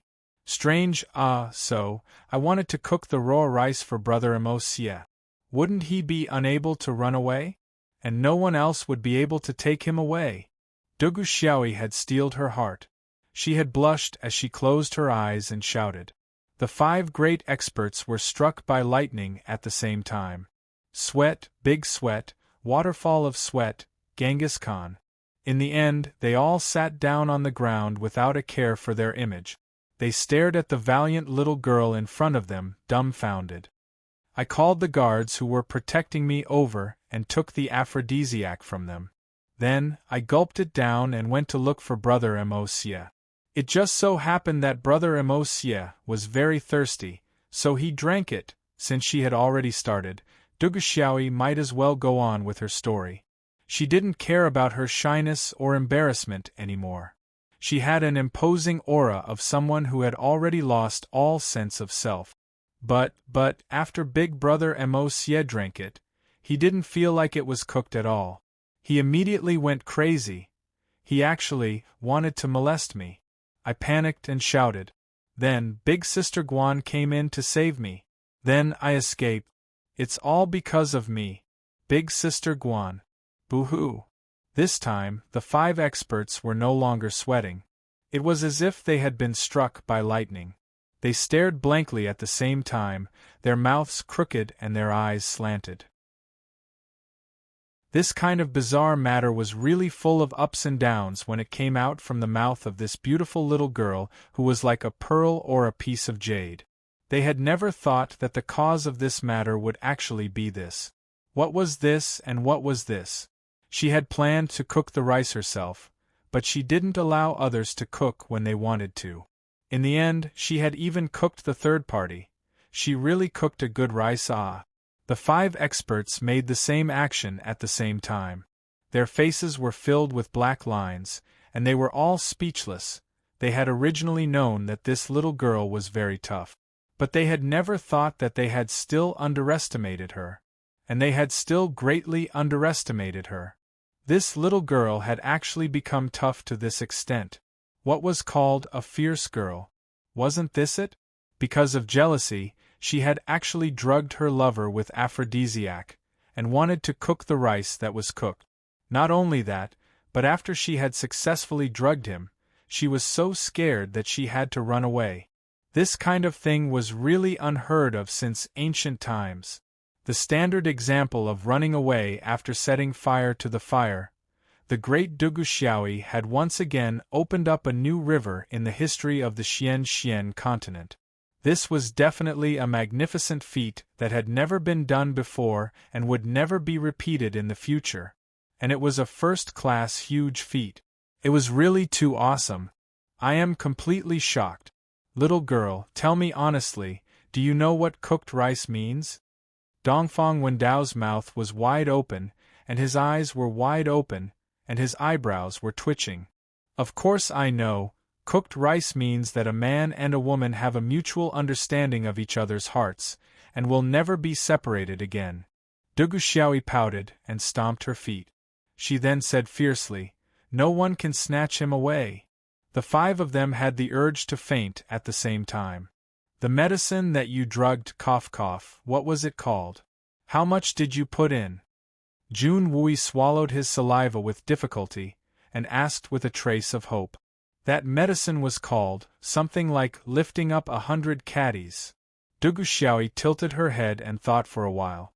She then said with some annoyance, "What a strange name. It's very hard to pronounce, and if it wasn't for my good memory, I really wouldn't have remembered it." "What? Lifting up 100 caddies?"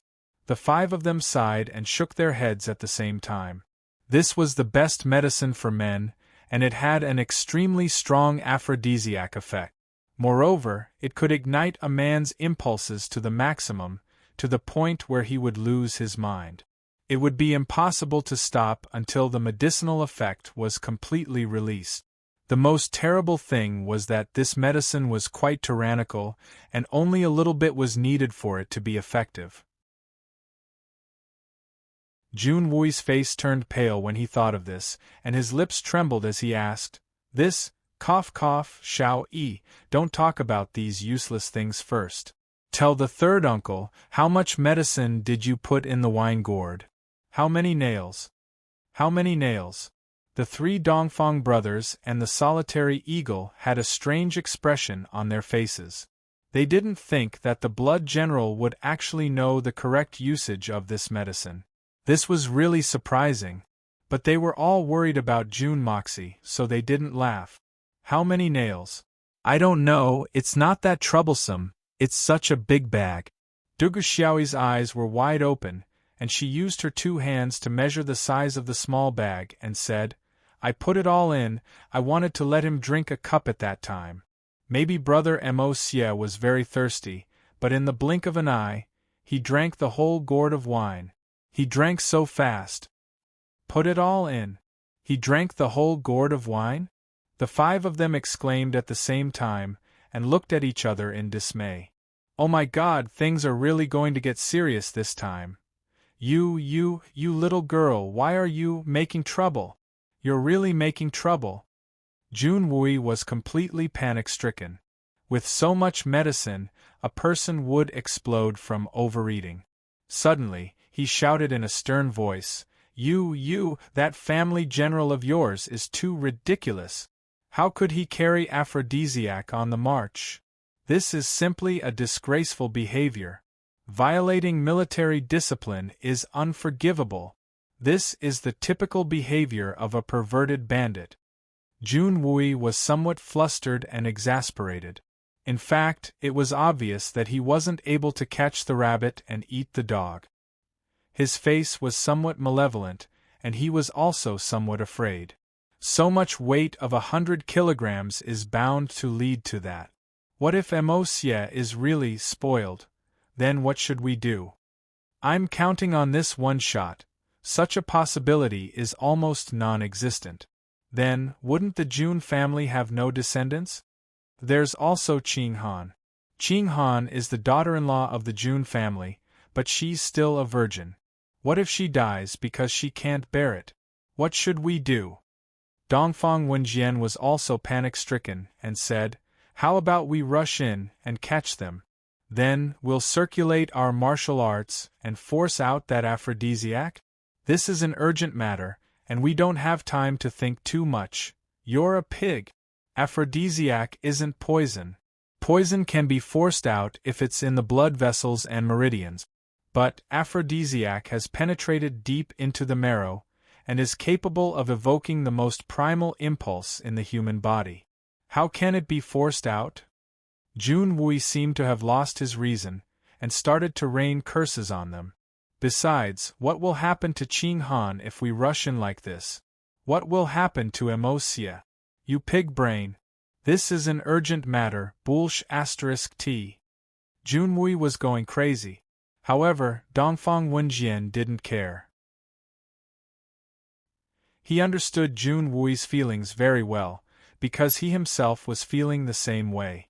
Solitary Eagle pondered for a moment and then comforted them. "Everyone calm down and don't panic. Don't forget that Mo Xie has inherited his master's legacy.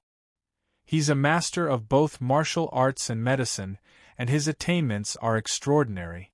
I believe that with his master's extraordinary skills, Mo Xie will be fine." Jun Wui sighed, and his emotions slowly stabilized.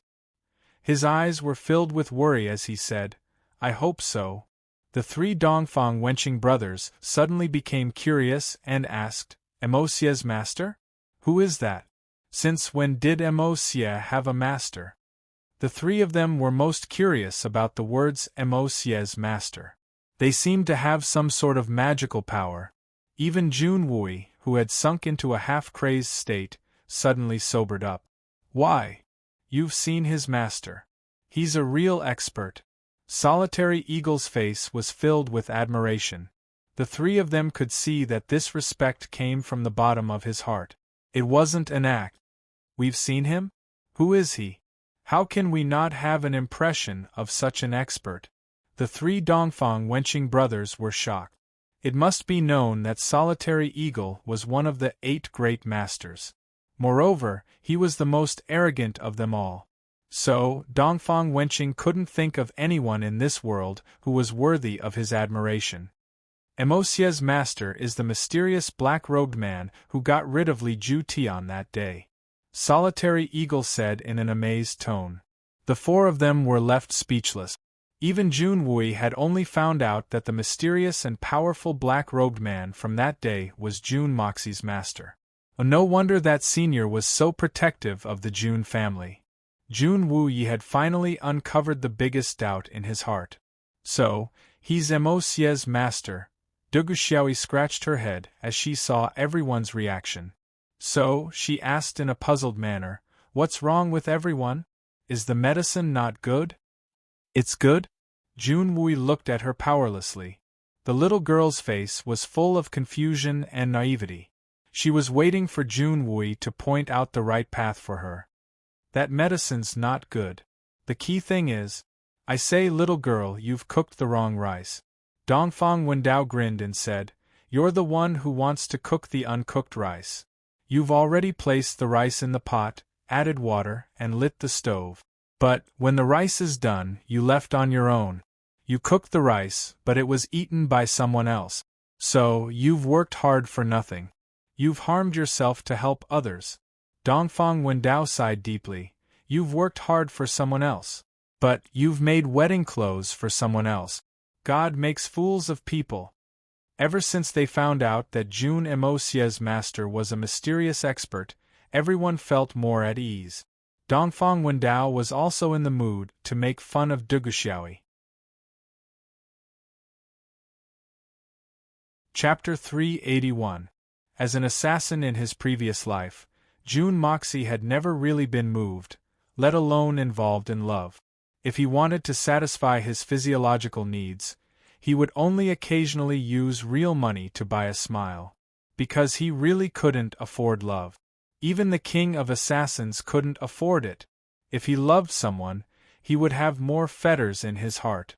If he had a family, then his opponents and enemies would have more targets to deal with him. Jun Moxie didn't know how many assassins had suffered because of their family. He wasn't afraid that his family would implicate him, but he was afraid that he would implicate his family.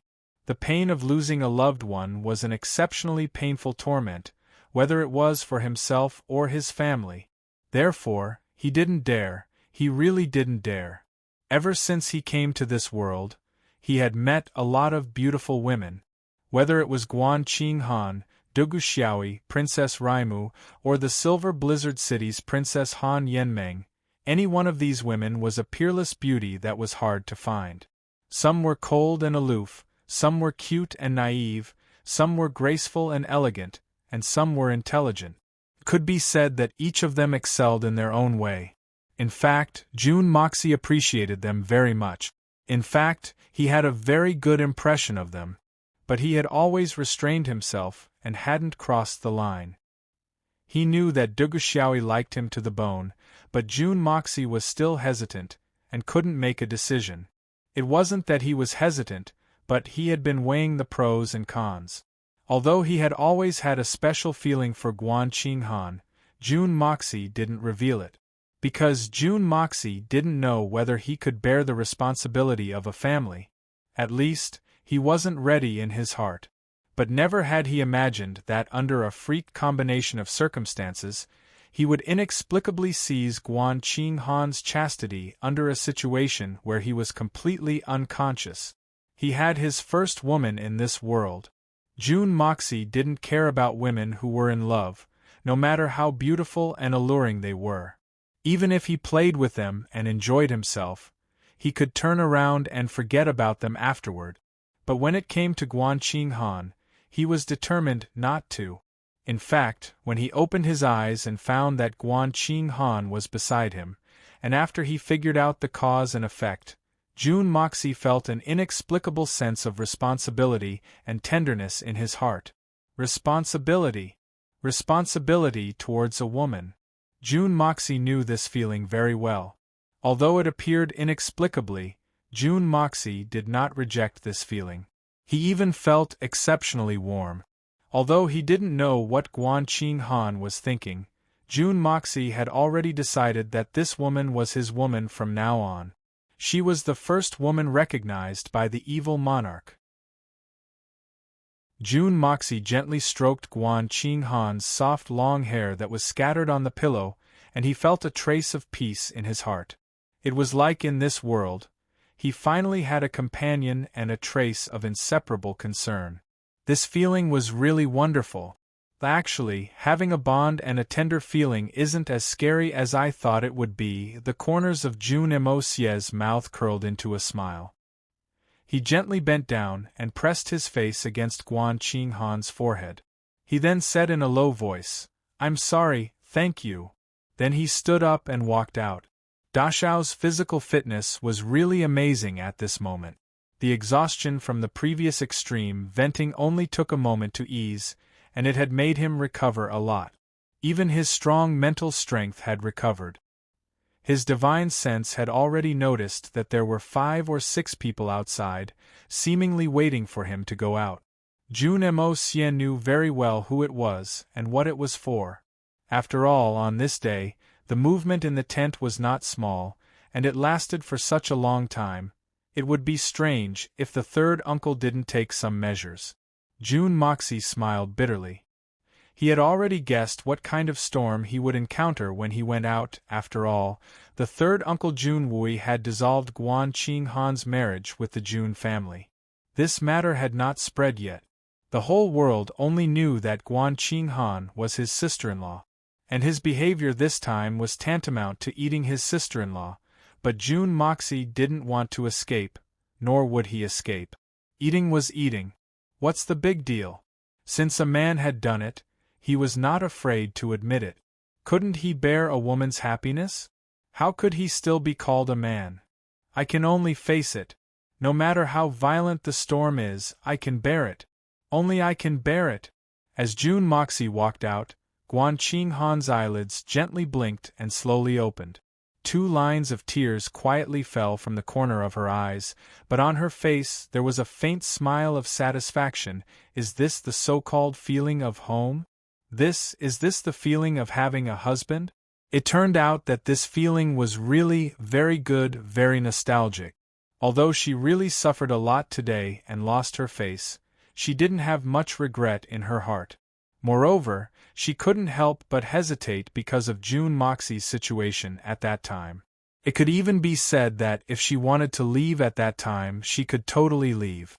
Therefore, no matter what the reason was, it could be said that she was willing to do what she did today, especially just now, when June Moxie thought that she was still unconscious. That gentleness, that consideration made her feel sweet, sincere sweetness.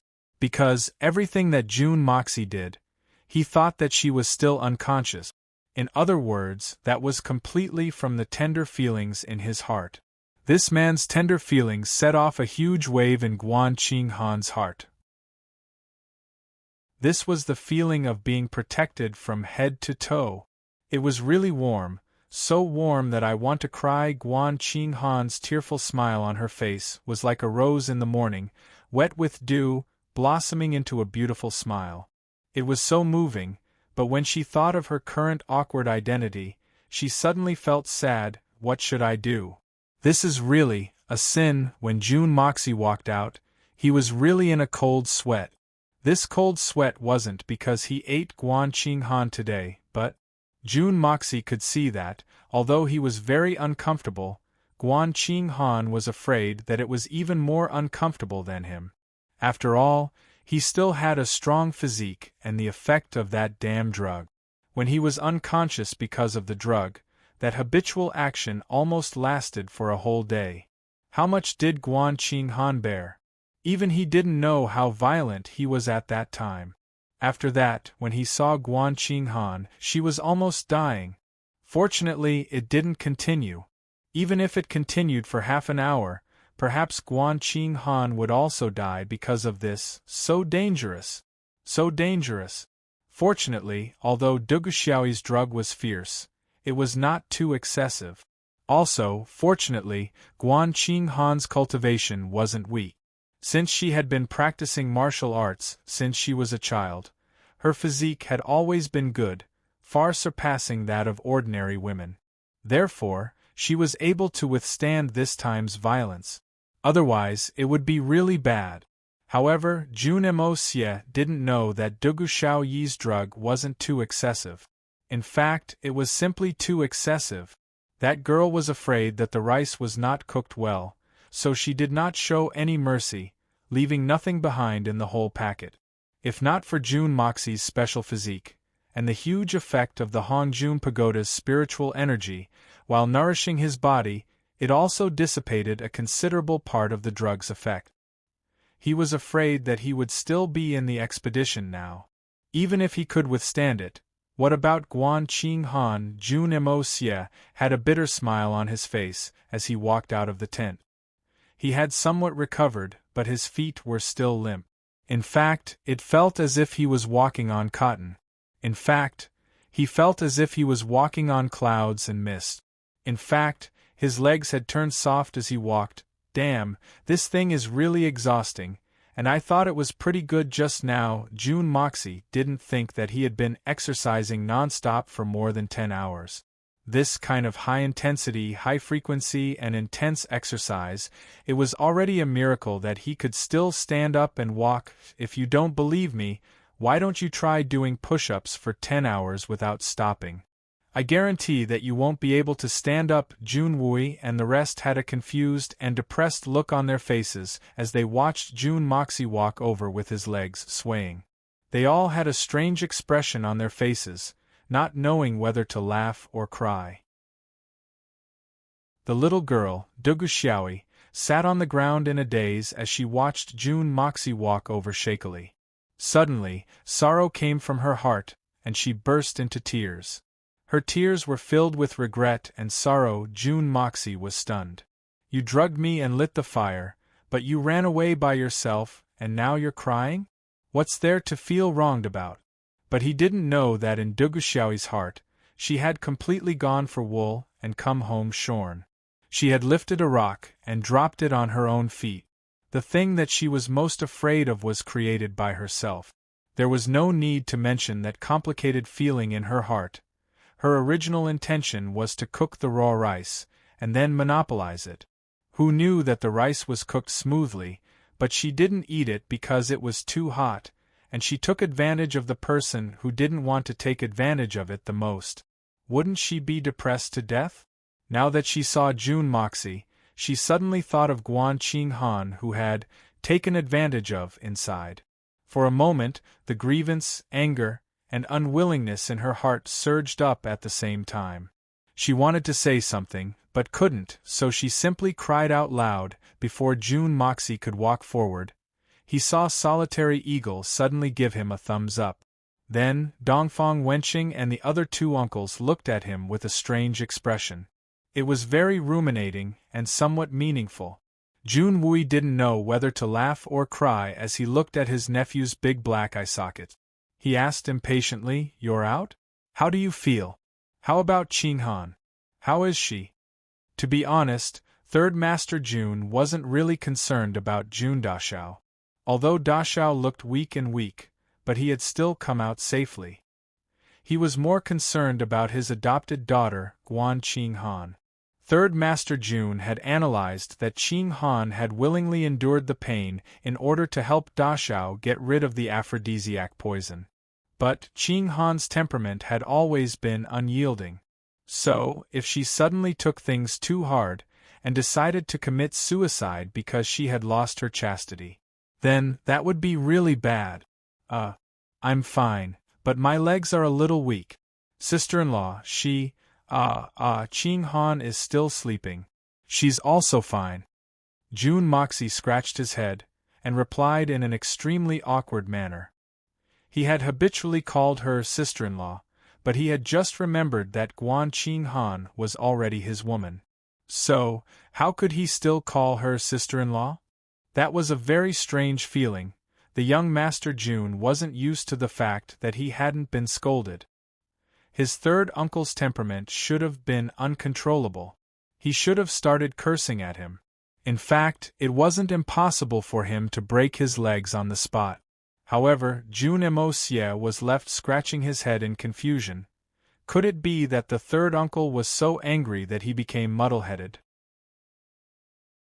After such a long time, even a man of steel's legs would have gone soft. Solitary Eagle rolled his eyes and said, "Kid, you can still walk out? Your body is really good. Good nephew. You're really good. 10 hours ah. A whole 10 hours ah. This wastes strength. I, your third uncle, admire it from the bottom of my heart. It's really good." Dongfang Wendao grinned and patted June Moxie's shoulder. He smiled so widely that his eyes could not be seen. "You're indeed the son of the general in white. With this ability, in the future, your own children will be able to gather 10 tables of mahjong. The June family is really going to prosper. I have high hopes for you." June Moxie's body was weak, and he almost fell to the ground from the slap. When he heard this, he couldn't help but be speechless. What kind of words are these? These words are spoken by an uncle? What does today's matter have to do with the general in white? Sure enough, Dongfang Wenqing flew into a rage and shouted, "Third brother, when we go back, immediately go to the disciplinary hall to receive the family law. You're an uncle, how can you say such words? Do you have any shame? You're a bastard." Brother Emosia. Dugu Xiaoyi burst into tears as she rushed over and hugged him tightly. "I'm sorry. I didn't know. I shouldn't have left." Dugu Xiaoyi was extremely sad. The rice that I cooked was eaten by someone else. However, Dugu Xiaoyi didn't know that Guan Qinghan, who was older and had a stronger xianqi cultivation, was barely able to withstand the dosage of the drug. But she wouldn't have been able to withstand it if she had been in her place. And that would have led to a real tragedy, and it would have been a great tragedy. The world would have changed. Just think about it, if old man Dugu were to find out that his precious granddaughter had died on the bed. The consequences would have been unimaginable. June Emosia didn't have enough physical strength at this time. He didn't have enough time to dodge, and a young girl's body crashed into his bosom. He looked at Dugu Xiaoyi crying so hard that she couldn't even breathe. His heart couldn't help but soften. "Alas, I already know the cause and effect of this matter. I know that you didn't mean it. Let's leave it at that." June Wui's lips squirmed for a long time. But he felt that there was nothing to say in the end. So he flicked his sleeves. "It's good that you're all right. I'll write a letter to your grandfather about this matter. But I'll let your grandfather decide how to deal with this matter."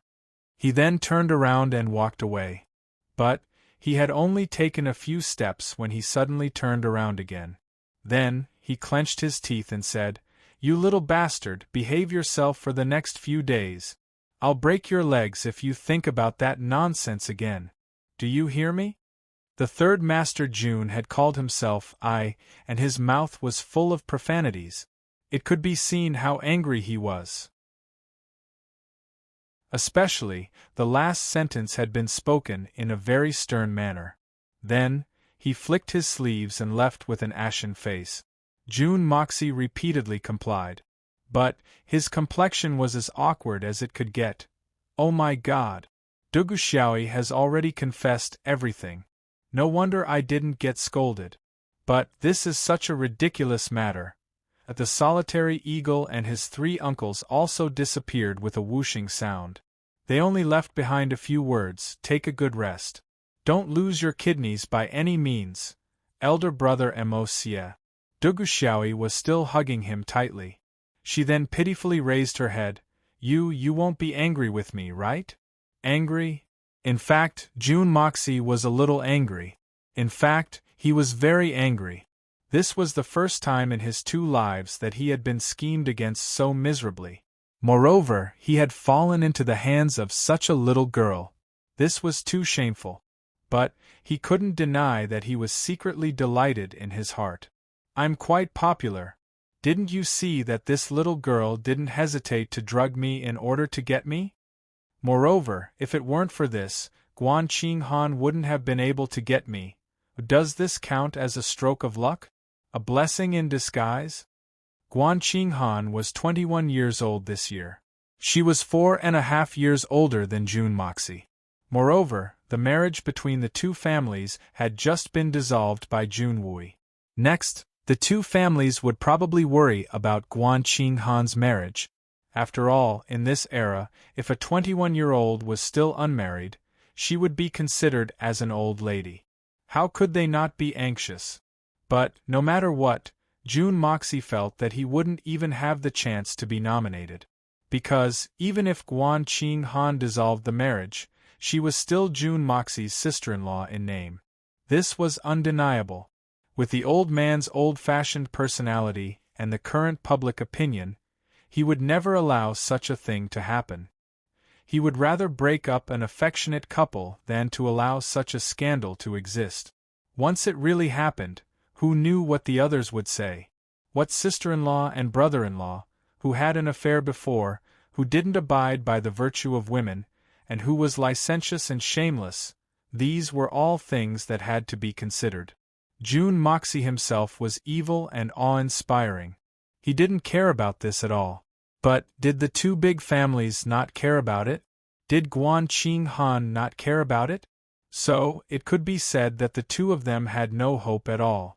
Even if it was a fait accompli now, who knew how many difficulties they would have to overcome.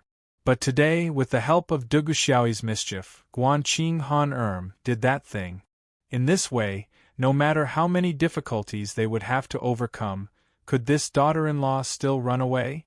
What they had to consider now was not how to avoid it, but how to get through it. One was negative and the other was positive. They were worlds apart. They couldn't be mentioned in the same breath. Although this process was a little unimaginable, it reduced a lot of variables in the future.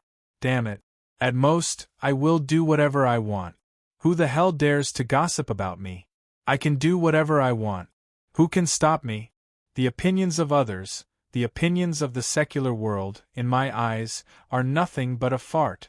It's over once it stinks. Therefore, June Moxie was gloomy, but he was also secretly pleased. Thinking of this, he wasn't so angry anymore. Besides, Duguxiao only wanted to protect him. She didn't want him to be taken away. Although she was young and ignorant, and she did something wrong out of goodwill, but as long as nothing happened, it didn't matter. June Moxie admitted that he couldn't scold or hit a girl who was deeply in love with him. But he couldn't let her go just like that. Ignorance wasn't a sin. But if it caused serious consequences because of ignorance, then it would be a sin. If he didn't teach her a lesson today, what would happen if this little girl made trouble again in the future? After all, the two of them almost went to hell together after today's incident. Not angry? Think about it. If it were you, wouldn't you be angry? June Moxie thought for a long time and said slowly. But I sob. I was wrong. Duguxiao sobbed and wiped her tears. She cried out, I should have eaten it myself, sob. I'm very unhappy about what happened this time. June Moxie snorted. Lengling said, I don't want something like this to happen again. Yes. I won't dare. I really won't dare. I will change. Duguxiao nodded quickly. She was relieved, but there was also a trace of pain in her heart. After this incident, the little girl seemed to have grown up a lot. Well, I will go back and learn from my mother. I will ask her. I'm really sorry about what happened this time. The little girl rubbed her clothes anxiously. June Moxie staggered and almost fell to the ground. He took a deep breath and almost suffocated. This kind of thing, you want to learn from your mother? You're not angry anymore? Then you've been cooked by Sister Guan. Do you still want me? Duguxiao opened her big round eyes and asked persistently. Let's talk about this later. June Moxie's forehead was sweating. I don't care. You're cooked by me. Duguxiao's mouth flattened. But Sister Guan ate me and took advantage of me, sob.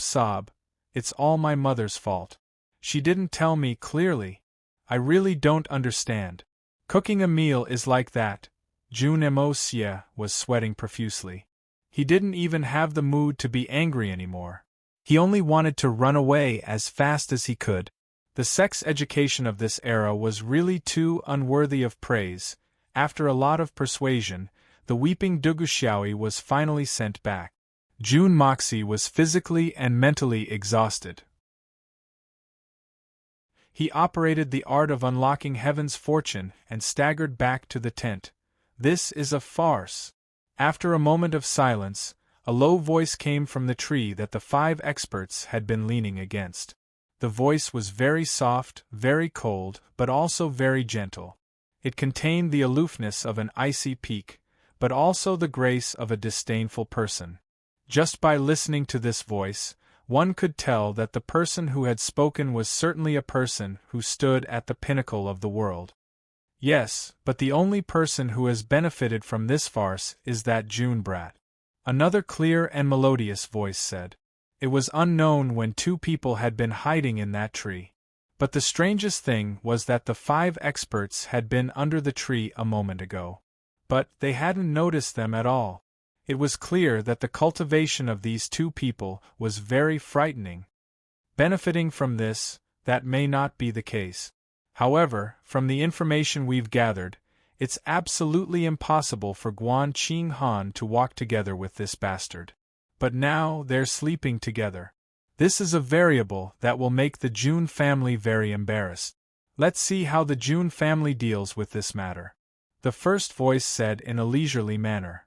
But, no matter how the Jun family deals with this matter, the impact of this matter will not be small. The clear and melodious voice seemed to be taking pleasure in the misfortune of the Jun family. Then, she said, Elder sister, since you intend to accept this brat as your disciple, why didn't you take action? You could have just captured him and brought him back. Accept him as my disciple? He's dreaming. I only want to torture him. The first voice seemed to be gnashing her teeth. This hateful bastard, if not for, I would have torn him into 1,000 pieces with my own hands.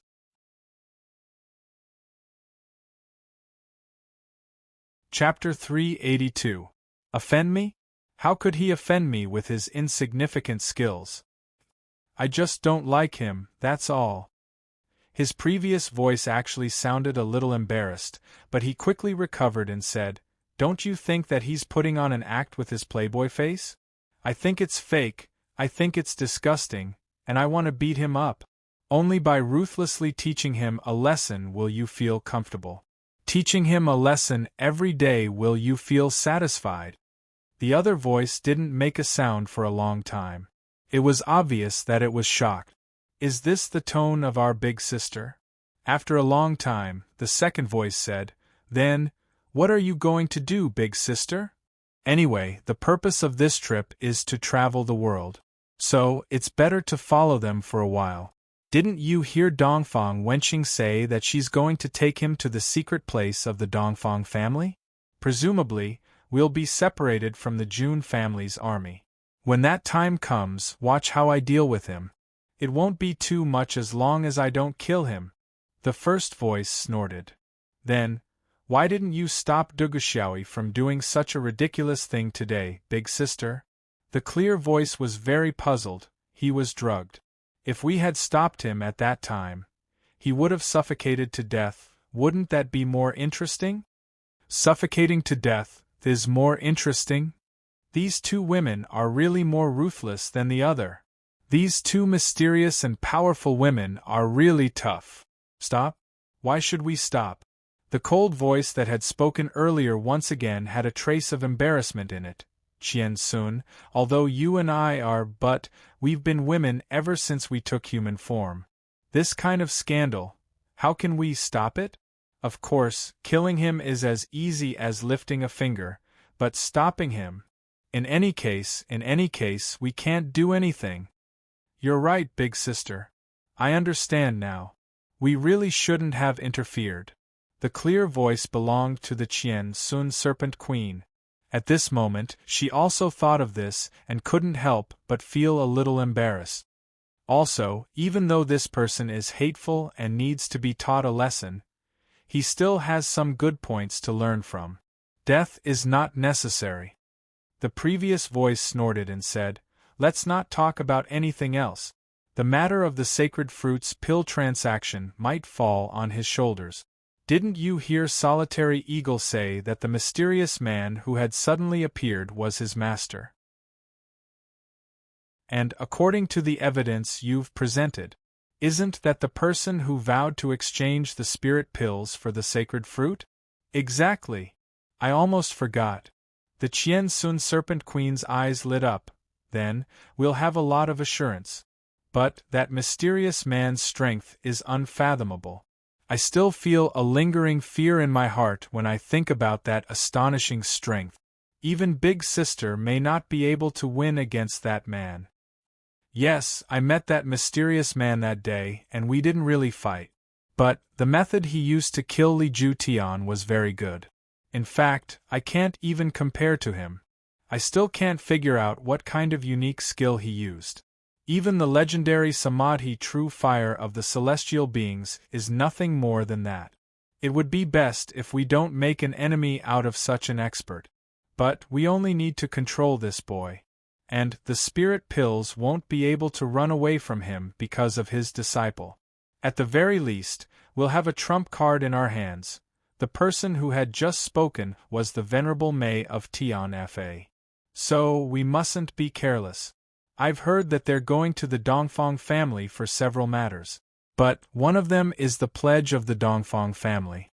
We're leaving Tian Fa. So, it's tantamount to breaking half of the Dongfang family's pledge. So, the only thing left is the collapsing snow mountain. So, we'll have to plan something. But this is still a very interesting matter. So, that's how it is. So, Big Brother has thought of so many things. Big Brother is worthy of being called Big Brother. The Qian Sun Serpent Queen smiled. Then, shall we follow him and watch the fun? Watch the fun. That's not necessarily true. Perhaps we'll have the opportunity to join in the fun. The Venerable Mei smiled gently. There was a moment of silence, and the two of them didn't speak anymore. It seemed as if they had never existed. If anyone had been watching from the side, they would have been surprised to find that no one had appeared even though they had spoken. In fact, the branches of the trees hadn't even swayed from beginning to end. Right now, Jun Moxie was in a very sorry state. He was in a very sorry state. The moment he entered the tent, he saw a slim figure standing in front of the bed in a daze. Just like a beautiful statue. Guan Qing Han. Guan Qing Han was expressionless. Her face was as cold as usual. She looked at the bed in a daze. She was holding a piece of cloth in her hand. It was the tattered clothes under her body. On it was the symbol of her chastity. She was wearing the white robe that originally belonged to Jun Moxie. It was rather loose, and it made her slender waist look even more alluring. Her expression was a little complicated. It was sorrowful, shy, lost, and a little disappointed. Hearing that Jun Moxie had come in, Guan Qing Han's delicate body trembled slightly. Her face reddened, but she didn't turn around. Her face became exceptionally pale. Jun Moxie stopped behind her. For a long time, neither of them spoke. They just listened to each other's breathing in silence. Although the two of them were only a foot away from each other, it felt like they were separated by the distance between heaven and earth. This pair of man and woman, who had just had the most intimate relationship, were like two strangers at this moment. The atmosphere in the tent suddenly became very oppressive, abnormally oppressive. After a long time, Jun Moxie suddenly chuckled. He abruptly sat on the wooden chair behind Guan Qing Han. Looking at Guan Qing Han's back, Jun Moxie seemed to be talking to himself. I know that your heart is very complicated now, and you are also very confused. You don't know what to do in the future. You don't even know what to do next. Guan Qing Han's body trembled. Actually, I don't know what to do either. I'm really confused. June Moxie said slowly. Guan Qing Han's delicate body trembled. She couldn't help but turn her head. She wanted to turn around, but she forced herself to turn back. You don't know what to do? Then what can a little girl like me do? June Moxie used a slow tone to explain the whole matter from the beginning to the end. Guan Qing Han finally understood why Duguxiao's behavior was so strange these 2 days. She couldn't help but sigh when she heard the last part. This matter was really a freak accident. It was too coincidental. It turned out that she was just an innocent bystander. But June Moxie continued speaking. He seemed to have made up his mind. He said it all in one breath, but I only know that this matter was an accident. Although many coincidences came together, whether you are willing or not, there is only one fact. That is, no matter what your identity was before this, and no matter whether you admit it now or not, you are now my woman. This is a fact that cannot be changed. This is something that cannot be changed. It will not be changed by the change of time and space. June Moxie said slowly and clearly. But it was also very domineering. But this unusual domineering didn't make Guan Qing Han feel disgusted. Instead, it made her feel inexplicably settled. It was as if she had received a promise. As June Moxie spoke, his voice gradually became firm. It may not be easy to be my woman. But as long as you are my woman, I will cherish, love and protect you at all costs. I will never let you suffer any grievances. Maybe you are not ready now. I can give you time to think about it. June Moxie said slowly. You and I both know that the engagement between you and my eldest brother is just a piece of paper. No, it's not even a piece of paper. Now, you are no longer my sister-in-law. You are just my third uncle's adopted daughter. I hope you remember this identity clearly. There may be a lot of troubles when we are together in the future. There may also be a lot of rumors. But you don't have to worry about these. June Moxie smiled and said, These are all men's affairs. Even if the whole world is filled with such rumors and slanders, I can guarantee that not a single word of it will reach your ears. Not even a word. Do you understand? So, the thing that you are worried about doesn't exist. Guan Qing Han's shoulders moved a little. She seemed to have relaxed her body. After such a long time, I believe that you should understand my temper. I won't become a great hero. In fact, I am a very selfish person. In this world, there are not many people and things that I care about. I only care about my loved ones, my family, my women, and my brothers. As long as they are safe and happy, other things are not important. As for other things, whether it is the people's misfortune or happiness, it has nothing to do with me, June Moxie. I am not a noble person. June Moxie laughed mischievously. He continued to speak with fervor and assurance. If you hope that I can create some great achievements, I'm afraid that I will disappoint you. Because I am very selfish. I am not destined to become a hero. In fact, I am so selfish that nobody should think about bullying my people, or making things difficult for my women. As long as there is such a thing, then no matter who he is, he will suffer the cruelest revenge from me, June Moxie, including your Guan family, because the list of people that I care about doesn't include them. Guan Qing Han finally couldn't hold back anymore. She suddenly turned around and bit her lips. Her eyes were sparkling with a complicated expression. She looked at June Moxie's calm face. Her lips moved for a while, but she didn't say anything. She had already thought about how her family would look at her if this matter was spread out. She knew what kind of supercilious looks she would have to endure. As long as she thought about all this, her heart would become unusually flustered. It was a kind of panic that she didn't know what to do. But as soon as June Moxie said these words in an unusually calm tone, Guan Qing Han suddenly felt a chill in her heart. Not only was she no longer worried about herself, but she was instead worried about them. She could imagine how June Moxie would react if someone from the Guan family was disrespectful to her. Moreover, the Shui Hun manor had forced a marriage. It could be said that Jun Moxi's impression of the Guan family was very bad. Jun Moxi would not be lenient. Recommending a new book, Zhao Feng obtained a 5 elements devouring spirit pill, and thus embarked on an extraordinary road of martial cultivation. Zhao Feng was mistakenly regarded as a descendant of a demonic sect. Countless families, forces, and empires sent their experts to hunt him down, and even encircled him. However, Zhao Feng didn't care. This guy was fierce, overbearing, cruel, cunning, lecherous, and dissolute. He led a group of brothers who had gone through life and death with him. He occupied a large group of beautiful women. He killed people who stood in his way, and killed Buddhas who stood in his way. After countless battles and endless killings, he finally stepped on piles of corpses to reach the pinnacle of martial cultivation in the mountain river mainland. Lonely Swordsman's new book, The Proud Smiling Mountain and River.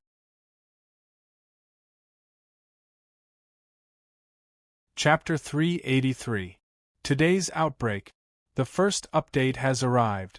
Today is the 7th, and this is the 4th outbreak of this month. Brothers, please give me some face. I'll be very grateful for a few more tickets. All the major families were using their own methods to deal with this rumor. The other family candidates were very confident in themselves, but they were still somewhat anxious and uneasy. Although this rumor had disappeared in a flash, but they had begun to move in accordance with the principle that it was better to believe it than to not believe it. Therefore, they had begun to move even more frequently. There were also some people who were aware that this rumor was false. But they still intended to take advantage of this opportunity to promote their sons or fathers to the top. Therefore, they began to secretly play games. Each family appeared peaceful on the surface, but they were surging in the dark. Each of them came in a hurry and left in a hurry. Their footsteps were like the wind. They were extremely busy, but they also acted as if they were treading on thin ice. They were afraid that they would fall into someone's trap if they weren't careful. The only families that remained unmoved were the Jun family and the Dugu family. One of these two military families didn't have many descendants. So, it didn't matter whether this rumor was spread or not. So, it didn't affect them in any way. The other family was like a discus. Even if mercury were to pour down, it wouldn't be able to get through. However, even the two great clans that were not affected were only internally stable. Many of their former generals and former subordinates had dispersed because of this storm. Moreover, the treatment of the disciples of these two great clans was also very different from the treatment of other clans. They would only act when there was conclusive evidence. So, the two families wouldn't have the opportunity to reverse the verdict. So, they could only preserve their lives and be banished far away. The Murong, Meng, Song, and Tang families were the giants of Tianxiang City. The elders of each family were bedridden because of this storm. The younger generations of their families appeared to be respectful and obedient on the surface, but they were secretly plotting against each other. This had caused the elders to expend a lot of effort. The other clan that was relatively peaceful was the Li clan. With a great genius like Li Yu ran around, the other clans didn't dare to compete with him. They had been suppressed by Li Yu ran while they were still budding. Therefore, the rumor that the contestants were the heirs of the clan was the least harmful to the Li clan among the other clans. Of course, not all forces were affected by this storm. For example, Tang Yuan had been managing the aristocratic hall during this period of time, and had been focusing on its own development. It could be said that the aristocratic hall had made great profits, and had been prospering with each passing day. They had held several auctions in a row, and had made a lot of money every time. Jun Moxi had given Fatty Tang a few bottles of elixirs before he left. Fatty Tang's business methods were truly outstanding. He had used these elixirs as a starting point, and the results of the first auction had caused a sensation in the capital. Fatty began his limited purchase in the second mat. Each type of pill was only sold for 20 pills, and each person could only bid for 5 pills at most. Moreover, as the base price of the auction got higher and higher, more and more guests came from all over the world. Perhaps it was because of the high price of paper in Luoyang. The base price of the elixirs and the final price were getting higher and higher, but there was still an endless stream of people coming to buy them. There was basically no one in the aristocratic hall who was willing to throw away thousands of gold. Fatty had even given the elixirs a few pleasant-sounding and eye-catching names. He had called the mysterious Yang elixir, Golden Spear Cannot Fall, Invigorates Yang, Invigorates Kidneys, Mighty and Sturdy, 5,000 kilograms hanging, Thunderbolt Mysterious Yang elixir. This name sounded like an aphrodisiac. It was 10 times more powerful than the 500 kilograms hanging. There was a poem that said, "Young and vigorous men go to buy sex, and enter the house when they are over 50 years old. Even 80 years old Mo Shangshun still has 1,000 kilograms under his crotch." As for the minor Yin elixir, it was even more fascinating. Beauty, nourishment, beauty, heavenly fragrance, flower, moon, 1 elixir. Ugly woman becomes beautiful, heaven and earth turn upside down, rivers flow reverse, stars move. Love minor Yin elixir. These 2 elixirs had been given the names of vigorous pills, dog skin plasters in the Jianghu in Tang Yuan's hands. These 2 difficult-to-pronounce names were extremely eye-catching. Moreover, they were extremely vulgar names. In fact, they had been given the respectful title of Divine Elixir in the Tianxiang city. And the most outrageous thing was that there was a stutterer who had been repeating these 2 difficult-to-pronounce names every day. But his speech had slowly become fluent, and he had stopped stuttering. He hadn't even taken the pill yet, but he had been able to cure his stuttering. So, what else could it be if it wasn't a divine elixir? Fatty Tang had used his official position for personal gain. He had arranged for his fiancée, Sun Xiaomei, to come to the aristocratic hall to help him. Moreover, he had ordered Hai Chen-feng and Song Shang, the 2 great Tianxian experts, to run around in circles. And they had complained incessantly. The 2 great experts had tried to intimidate Fatty several times in the beginning. "Your entire Tang family doesn't have a single Tianxian expert, and you dare to order us around? Who do you think you are?" However, Tang Yuan had gradually figured out a way to deal with them. And that's because Tang Yuan had said something when he had been making arrangements for Hai Chen-feng. "Third young master said that you're the most suitable person to handle this matter." Hai Chen-feng had immediately gone to handle this matter as soon as he had said this. Moreover, he had done it swiftly and decisively. In fact, he was afraid that he would be the slightest bit slow. This had made Fatty's heart stir. So, he had decided to use his old trick on Song Shang. And it had been very effective. Therefore, Tang Yuan had started to act like a tyrant from then on. "I don't think I'm anyone. I'm Brother Xie's spokesperson in Tianxiang. I'm working for Brother Xie. So you have to listen to my words. Otherwise I'll tell on you." This had led to a situation where the 2 Tianxian experts would run away whenever they saw Fatty. They wouldn't even meet him face to face. "I can't afford to provoke him. But can't I just hide from him?" However, Fatty still had a way to deal with this situation. He had stipulated that the 2 of them had to come to the aristocratic hall once a day. Then, he had prepared an office for each of them. And he had hung a piece of white paper on the door whenever there was something to do. And the first sentence on the paper would be, "Third young master said, something, something, as for a certain Shota, a little prince, Yang Mo, Tang Yuan certainly wouldn't let this Shota kid stay idle." His Highness had invested a large sum of money that day. And this had made Fatty Tang, who had been short of money at the time, to praise Jun Mo Xie. He had said that Jun Mo Xie really knew how to attract sponsors. However, the aristocratic hall was raking in money every day. and the prince's mansion was only waiting for the money. And this had made Tang Yuan's heart ache. He had been cursing and swearing every day. "I'm so tired that I'm almost as thin as a monkey. But I'm still supporting the prince." Tang Yuan's fatty Tang has already forgotten his roots. He has long forgotten the difficulties of starting up a business. Moreover, he had relied on other people's money to prop up the business. He could only see his own money flowing away.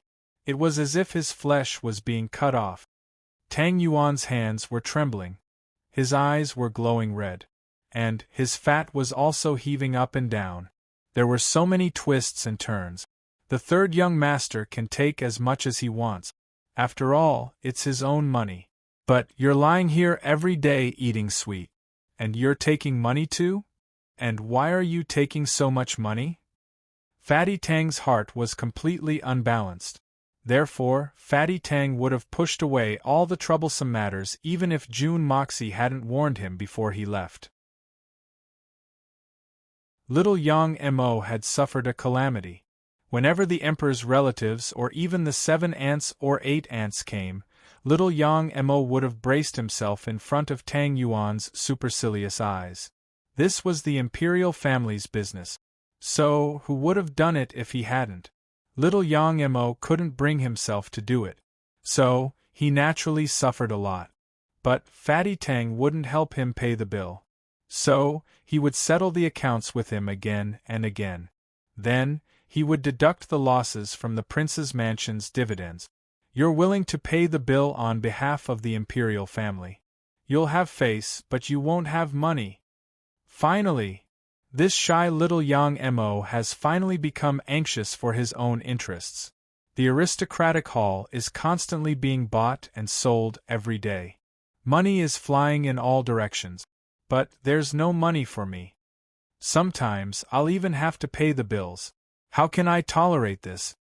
Therefore, the little Yang Mo changed.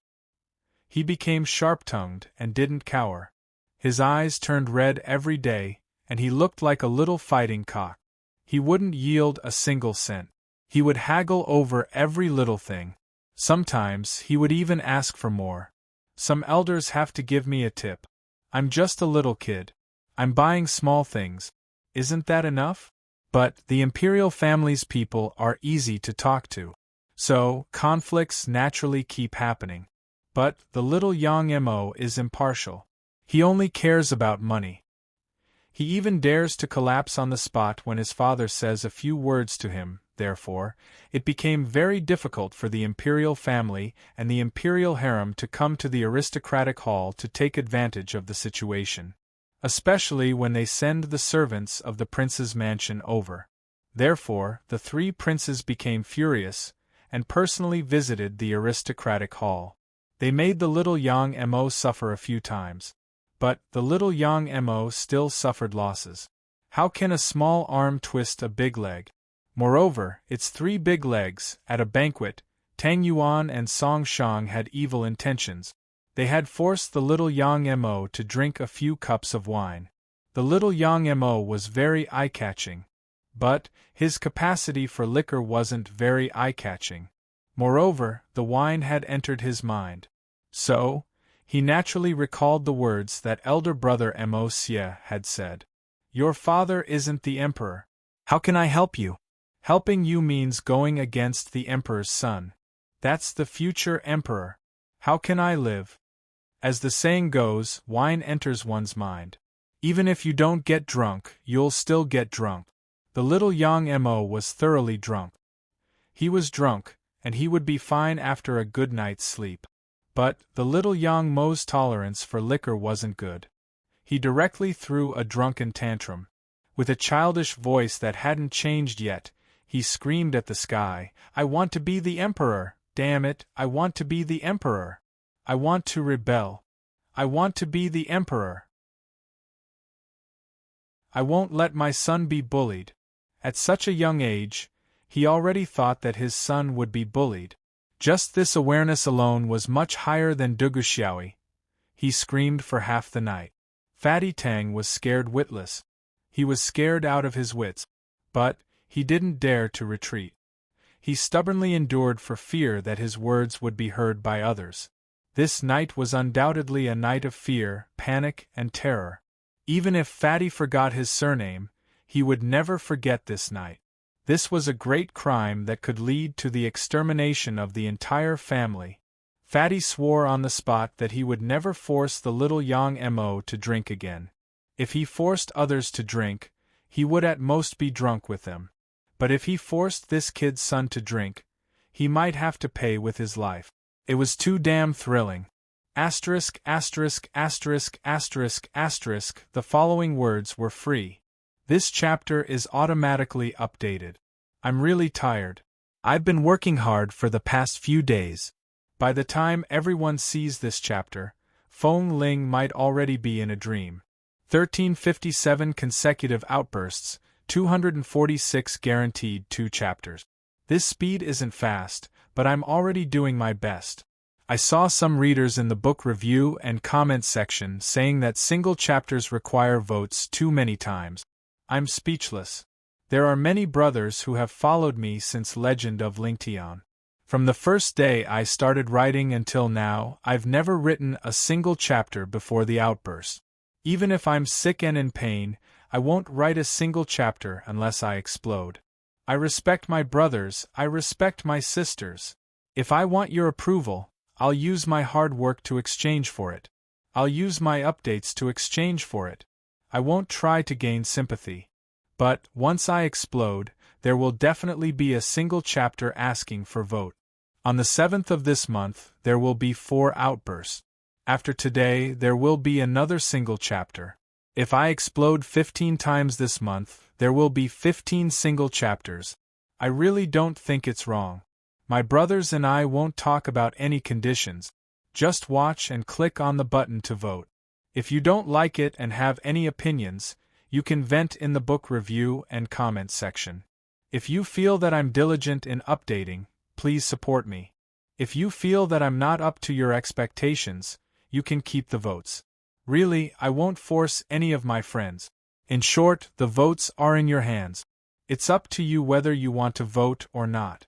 If I want it, I'll use updates to ask for it. If you don't want to vote, then even if I write 10,000 single chapters, the votes will still be in your hands.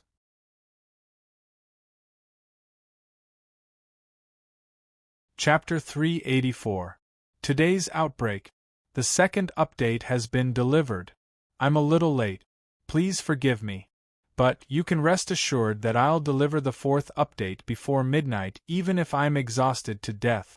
Inside the Imperial Palace, His Majesty the Emperor was frowning. His dignified face had a hint of melancholy on it. He was pacing back and forth in a leisurely manner for a long time. Then, he suddenly exhaled a long breath. His eyes looked a little perplexed, and it seemed as if he was having a hard time making a decision. It seemed as if he was troubled by something. A lot of Xianqi experts had been spreading the news that the Jun family had the backing of a super expert, and this had made the Emperor worried day and night. In fact, it had been difficult for him to relax. Brother One, how much of this rumor do you think is true? The Emperor had received this shocking news. Moreover, it had been confirmed by countless people. But, he still had some doubts in his heart. In fact, he didn't want to believe that this matter was true.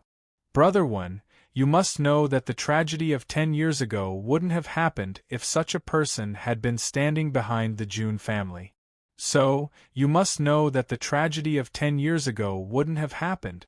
Jun Wu Hui and Jun Wu Meng wouldn't have died. Jun Wu Yi wouldn't have been crippled. Moreover, Jun Moxie wouldn't have been the only child of the Jun family's 3rd generation. And the Silver Blizzard City wouldn't have dared to do such a thing. Therefore, I believe that there's something fishy about this matter. His Majesty the Emperor frowned, but such a person has suddenly appeared. Don't you think that it's very strange? Don't you think that this matter is just a gimmick that the Jun family has come up with?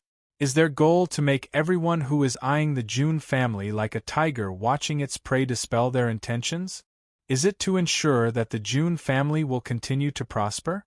At least, it won't perish in Jun Moxie's generation. Mr. Wen's face had lost its usual indifference. Instead, he was sitting with a serious expression on his face. It was obvious that he was thinking about something. First of all, how could such a peerless expert suddenly appear in this world? Moreover, there hasn't been the slightest rumor about him in the past few decades. Moreover, such an expert couldn't have appeared in this world in such a short time. Secondly, such a peerless expert would have appeared 10 or 20 years ago if there really was such a peerless expert. In fact, it wouldn't have been difficult to establish a family that's not inferior to the Silver Blizzard City or the Shuehun Manor. But the June family didn't do so. Thirdly, the tragedy that befell the June family wouldn't have happened if such a person existed. Lastly, and most importantly, even if this person was in closed-door training or traveling far away, and didn't know what had happened to the June family over the past 10 years, he still didn't take any action when he reappeared in the world. I'm sure that no one would have been able to tolerate such a thing. Moreover, this expert hasn't made any moves in the past 10 years. Moreover, he's killed Li Jutian in a high-profile manner. But he's let the Silver Blizzard City and the Shao family off. This doesn't make sense. You must know that the Silver Blizzard City had Shao Buyu, who had forced the Dongfang family to make a shameful oath, and Shao Han, who has become an irreconcilable enemy of Jun Wui. Every injustice has its perpetrator, every debt has its debtor. That's true. But Jun Wui's legs are crippled, and there's no way he could have recovered. So, how could he have taken revenge? There's no hope for him to take revenge on his own. But it would be even more difficult to explain what he had said and done if he were to deny this. Therefore, there's a lot of doubt in this matter. The Emperor frowned as he paced back and forth. He was pondering and analyzing this matter in a calm manner. Your Majesty, it seems to me that the possibility of this matter being true is very high. Mr. Wen spoke up in a serious manner. Your Majesty, please think about it. Most of the people who were present at that time were influenced by Li Jutian, and they didn't get along well with the Jun family. In fact, many families had participated in the conspiracy to kill Jun Wui. So, how is it possible to bluff under the watchful eyes of so many people?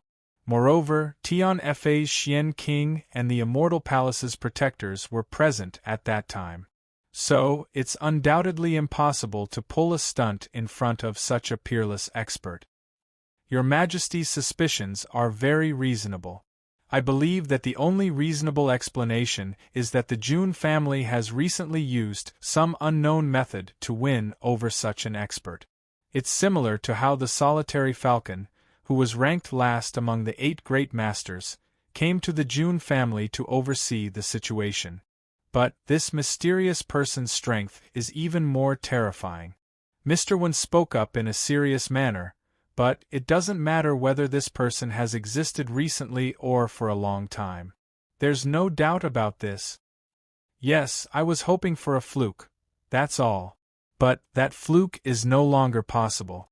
So, the imperial court's attitude towards the Jun family needs to be decided now. His Majesty the Emperor sighed deeply. A layer of worry appeared between his brows. His eyes gazed deeply into the distance, a little distracted. It was clear that the Emperor of Tianxiang had long acknowledged the existence of that expert. His earlier actions were merely in hopes that someone would be able to magnify his luck, the Jun family. Your Majesty hasn't done anything to them. So, their relationship can be considered harmonious. Mr. Wen continued, the Jun family now has such a powerful ally. So, it's not necessarily a bad thing for Your Majesty and the entire Tianxiang Empire. We only need to maintain our current relationship, and we need to win them over. Jun Zhantian is by no means an ungrateful person. It's a good thing. The Emperor smiled bitterly. Then, he spoke in a low voice. Jun Zhantian is by no means an ungrateful person. He didn't know why, but he had repeated Mr. Wen's words. Moreover, His tone was strange and somewhat eerie. Mr. Wen was stunned to see that the Emperor's complexion was as deep as water. He couldn't see the slightest trace of happiness, anger, sorrow, or happiness. In fact, even the gloomy expression on his face had disappeared without a trace. But Mr. Wen could feel a deep pressure from the bottom of his heart. A sudden gust of wind blew through the window, and a secret memorial on the table fell to the ground. It was flipped open to a page. Jun Wui is safe and sound in the Southern Heavens War. His army will return in a few days. But a mysterious powerhouse has appeared. He has looked down on everyone. Millions of people don't dare to disobey him. He has killed the great master Li Ju Tian with a flip of his hand. He has claimed to be a member of the Jun family. He has intimidated the snow-blowing city. He has collapsed the Shui Hun Manor. The Lord of Tian Fa hasn't dared to greet him.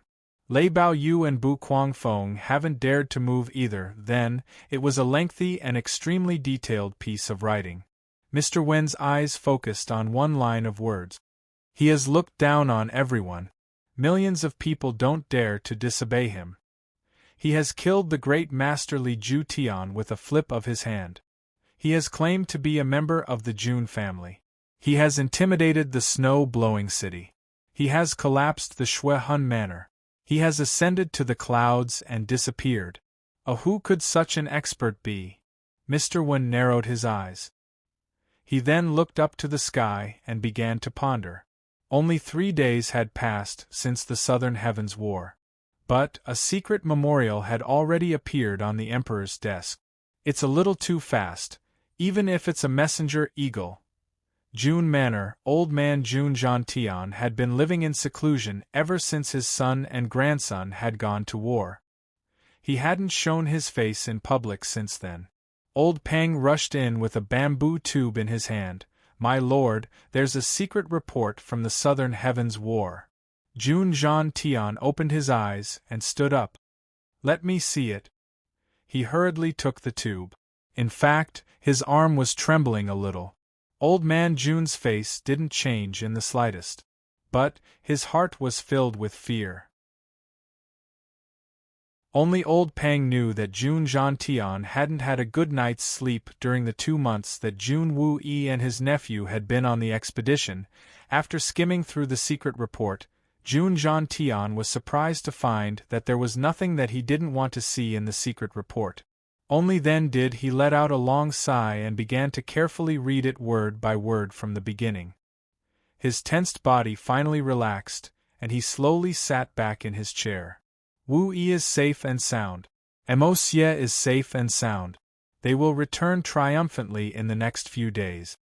Jun Zhantian couldn't contain the happiness in his heart. He was trying to look indifferent, but his eyebrows were brimming with happiness. However, Mo Xie will go with his uncle to the Dongfang family. This is the request of the 3 swords of Dongfang. "My lord, this is great news," old Peng replied happily. Jun Zhantian smiled, and the wrinkles on his face bloomed like flowers. He said, "Yes, it's indeed worth being happy about. The Dongfang family, our Jun family, owes a great debt of gratitude. Mo Xie is a heroic and quick-witted child.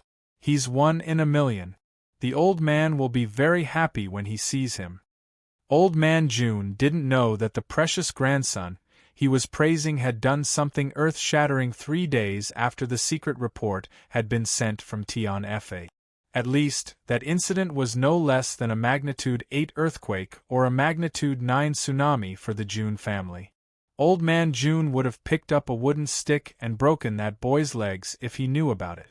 This was the 3rd time that Jun Moxie had entered the Tian Fa forest. The first time, he had taken away the sacred fruit. The second time, he had turned around, and had only spoken a few words with Bear Mountain. This time, he had come to Tian Fa for the 3rd time. From Da Xiao's point of view, Jun Moxie clearly felt that the Tian Fa forest was the most suitable place for him. This place made him feel comfortable from the bottom of his heart. If possible, he didn't even want to leave. It was only in this world that he could truly relax and be at ease.